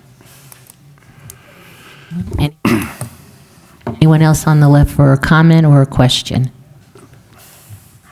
Okay, seeing no hands. I have a comment. Okay, Mrs. Brown? Yeah, I actually second what Councilman Merwin is saying, because if we're already talking about the school board and essentially the school district here being taxed, not literally taxed, but having more financial strain, then the last thing we want to do is change around the election, which could make them incur more costs. So I just want to second what Councilman Merwin is saying as well. Okay, thank you. Anyone else? Mrs. Walker? I just want to say that I think it's very important that the public have an opportunity to vote on a budget when 58 cents in every tax dollar comes out of their pockets. I agree with you, but we haven't gotten them answers. Okay, Mr. Pescetti?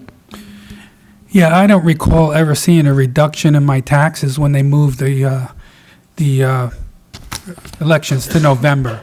So if there was a certain amount of money that was saved Well, at actually, that time. right, if I could, just so you, and again, I'm reading a statute, and I don't know what the cost is, because under the statute, to the extent that it's moved to November, and as a result, moving to November, there's an additional cost associated with that, then the school district and then the clerk's office enter into an agreement, and the school district's responsible for any additional costs that were resulted as a. But we don't know those numbers. No, I don't have that. I mean, No, so that's probably something we can find out from the either the county or the school board. I'll check that out.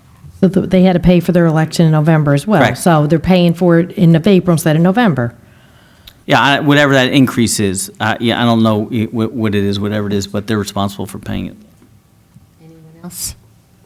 So, The cost would be nominal compared to what they'll be paying if they don't have a say in their own taxes. And I think just to do your due diligence and be transparent, I think people should have a say how their tax dollars are spent. okay, I'll close the comments by also saying I agree. I think that the school board is a very important component to the town, and I think the residents do have a right, to look at the budget, assess, and come up with their, how they feel. So I think, Mrs. Walker, thank you for bringing this forward. It's very appreciated. Madam President, Yes. we have an ordinance that says 10:30 we quit, right? I think, is it 10:30 or 11? I thought it was 11. 11. Oh, it's 11? Yes. It's 11 o'clock, yes, Mr. Pescetti. So, okay. Is it? Kenny checked it for me. No new All right. business, no new business Okay, after no new 10. business, No right? new business after 10. All right, we're going to executive. We're going to go into executive session. Can I ask a question? Yes. I'm sorry I'm late with this. I don't know who I have to talk to, but I see there's some, So take a motion to extend the time to 11. Yeah, I need to take a motion, some- John, 1 minute, not to Okay. interrupt you, to extend to I'll 11 I'll o'clock. make a motion to extend. Okay, all right, motion by Mr. Pescetti, second by Dr. Greenberg, and then we'll continue, John, okay? Mrs. Brown? Yes. I'm sorry. Yes. Mr. Cahill? Yes. And Dr. Greenberg? Yes. Mr. Merwin? Yes. Mr. Murphy? Yes. Mr. Everything. Fischetti? Yes. Miss I tried. Mrs. Walker? Yes. President Sol. Yes. 8 yes to Okay, extend. Mr. Murphy? We're not going to take a vote, we're just going to. Your mic on? I don't have any backup. I was wondering if I can get a copy of where the road surfacing is and the curb. Is everybody else's backup working? No, It seems to be May some. I? I'll keep it short. Yeah, Brian. Stella, go ahead. The computers are having a problem. They're having a problem inside, they're having a Yes, problem I with the know, but- program. So I'm going to have to collect them at the end of the meeting, and they're going to work on them tomorrow and then give them back. Oh, There's you been don't trouble just with have a it. piece of paper with the streets, or it's like 3 or 4. If you don't have it, don't worry about it. I don't need it right away. What? Don't worry about it. Don't worry about it. It's in my book, if you want it, John. It's in my No, book. no. Wait, I don't need it tonight. I was trying to get, she's going to be showing me.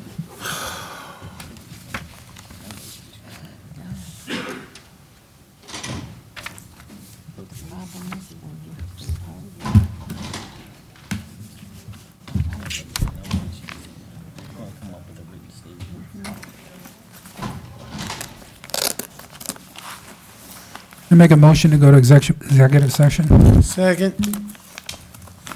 Purpose, I'm sorry, resolution ES1 to go into executive session, to discuss the summer group. Okay, we have a motion, No, Second. and we're not, returning. yeah, we're not returning. Okay, a second? Oh, excuse me, I just have a. John already did. Yes. Oh, Well, council member comments, Yeah, we're going to do you take them wanna go before we back go into into executive session? what's the consensus? Take them before we go into executive? Well, now the television is, that was a lame excuse. Wanted a public comment, yeah, It's okay. not off yet.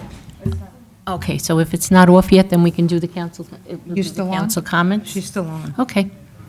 All right, so let's go with council comments. Okay, so I just want to make sure I restate something, and as I said before, during the circus we had a little bit earlier. First thing is, although I've only been on this council for 2 years, I'm well aware of the behavior of a lot of people that have been on this council. Though there are people who have been very respectful and done a really great job, I do know that there were some moments of contention on the dais and also behind the scenes. I think one of the first things I actually said publicly here when I started was, can we have some type of training or some type of, I guess, teamwork resolution for all of the contention that's been here well before I arrived. Unfortunately, what I see now is it's continuing, and I really feel strongly that we need to have a meeting about this. And ironically, I did have a meeting last year, I believe the beginning of this year, when it came to the whole Christmas light debacle, because there were people coming up here and being disrespectful to the mayor and the council and so forth. But now here it is that it's happening to me and no one's speaking up for it. So that being said, first and foremost, I'm proposing a meeting with the council president. If we continue to allow friends and whoever these people are to come up here and heckle, then we're going to be in for even worse things. And I don't even want to go in that direction, but it looks like that's what everyone here, well, some people here like to do, but I don't. So we need to have a meeting about this. We need to, if people are going to come in and behave that way, they need to be removed immediately. Because this woman now, I will be honest with you, I feel threatened by her presence being here. I do not know who she is. I never spoke to her before. She never spoke to me. I don't even know who she is. But I hear her saying my name from her seat. And then she comes up here and makes all these claims that I don't even know who she is. And that being said, a couple of other people that she sat with, one of those women actually did come and accost me and with a gentleman too, and they were very rude. Again, I can handle myself, but we can't continue to allow this kind of behavior. So, yeah, I would propose that we have a meeting. I would like that to be as soon as possibly next week, if not the very, very beginning of January. If we are not able to do that very soon, my concern is that we're going to allow people to continue to behave that way. But also, I don't want to make this a litigious thing. I don't want to do the suing of council people, but that might have to happen if I see this happen again. So it's a warning and a very big concern for me. So, Council President, I'd like to hear your thoughts on when we can have this meeting. Thank you. Thank you very much. Anyone else have a council comment? Okay, seeing no hands, I will close the council comments, and now ask to go into session. Actually, just so- I'm sorry, just want to check, it is 11 o'clock, so. I know, well, 5:28, it's 11 o'clock. Keeping you here your last night long, Right. Brian. Ready to go into executive session? Okay. Motion and second, and we're open to meeting. Yep. Make a motion to go to executive session? Did. You Okay. did? Yeah, Tony made a motion. Okay. Mrs. Brown? Yes. Mr. Cahill? Yes. Dr. Greenberg? Dr. Greenberg? Yes. Mr. Merwin? Mr. Murphy? Mr. Fisketti? Yes. Yes. Mrs. Walker? President Yes. Soha? Yes. 7 yes.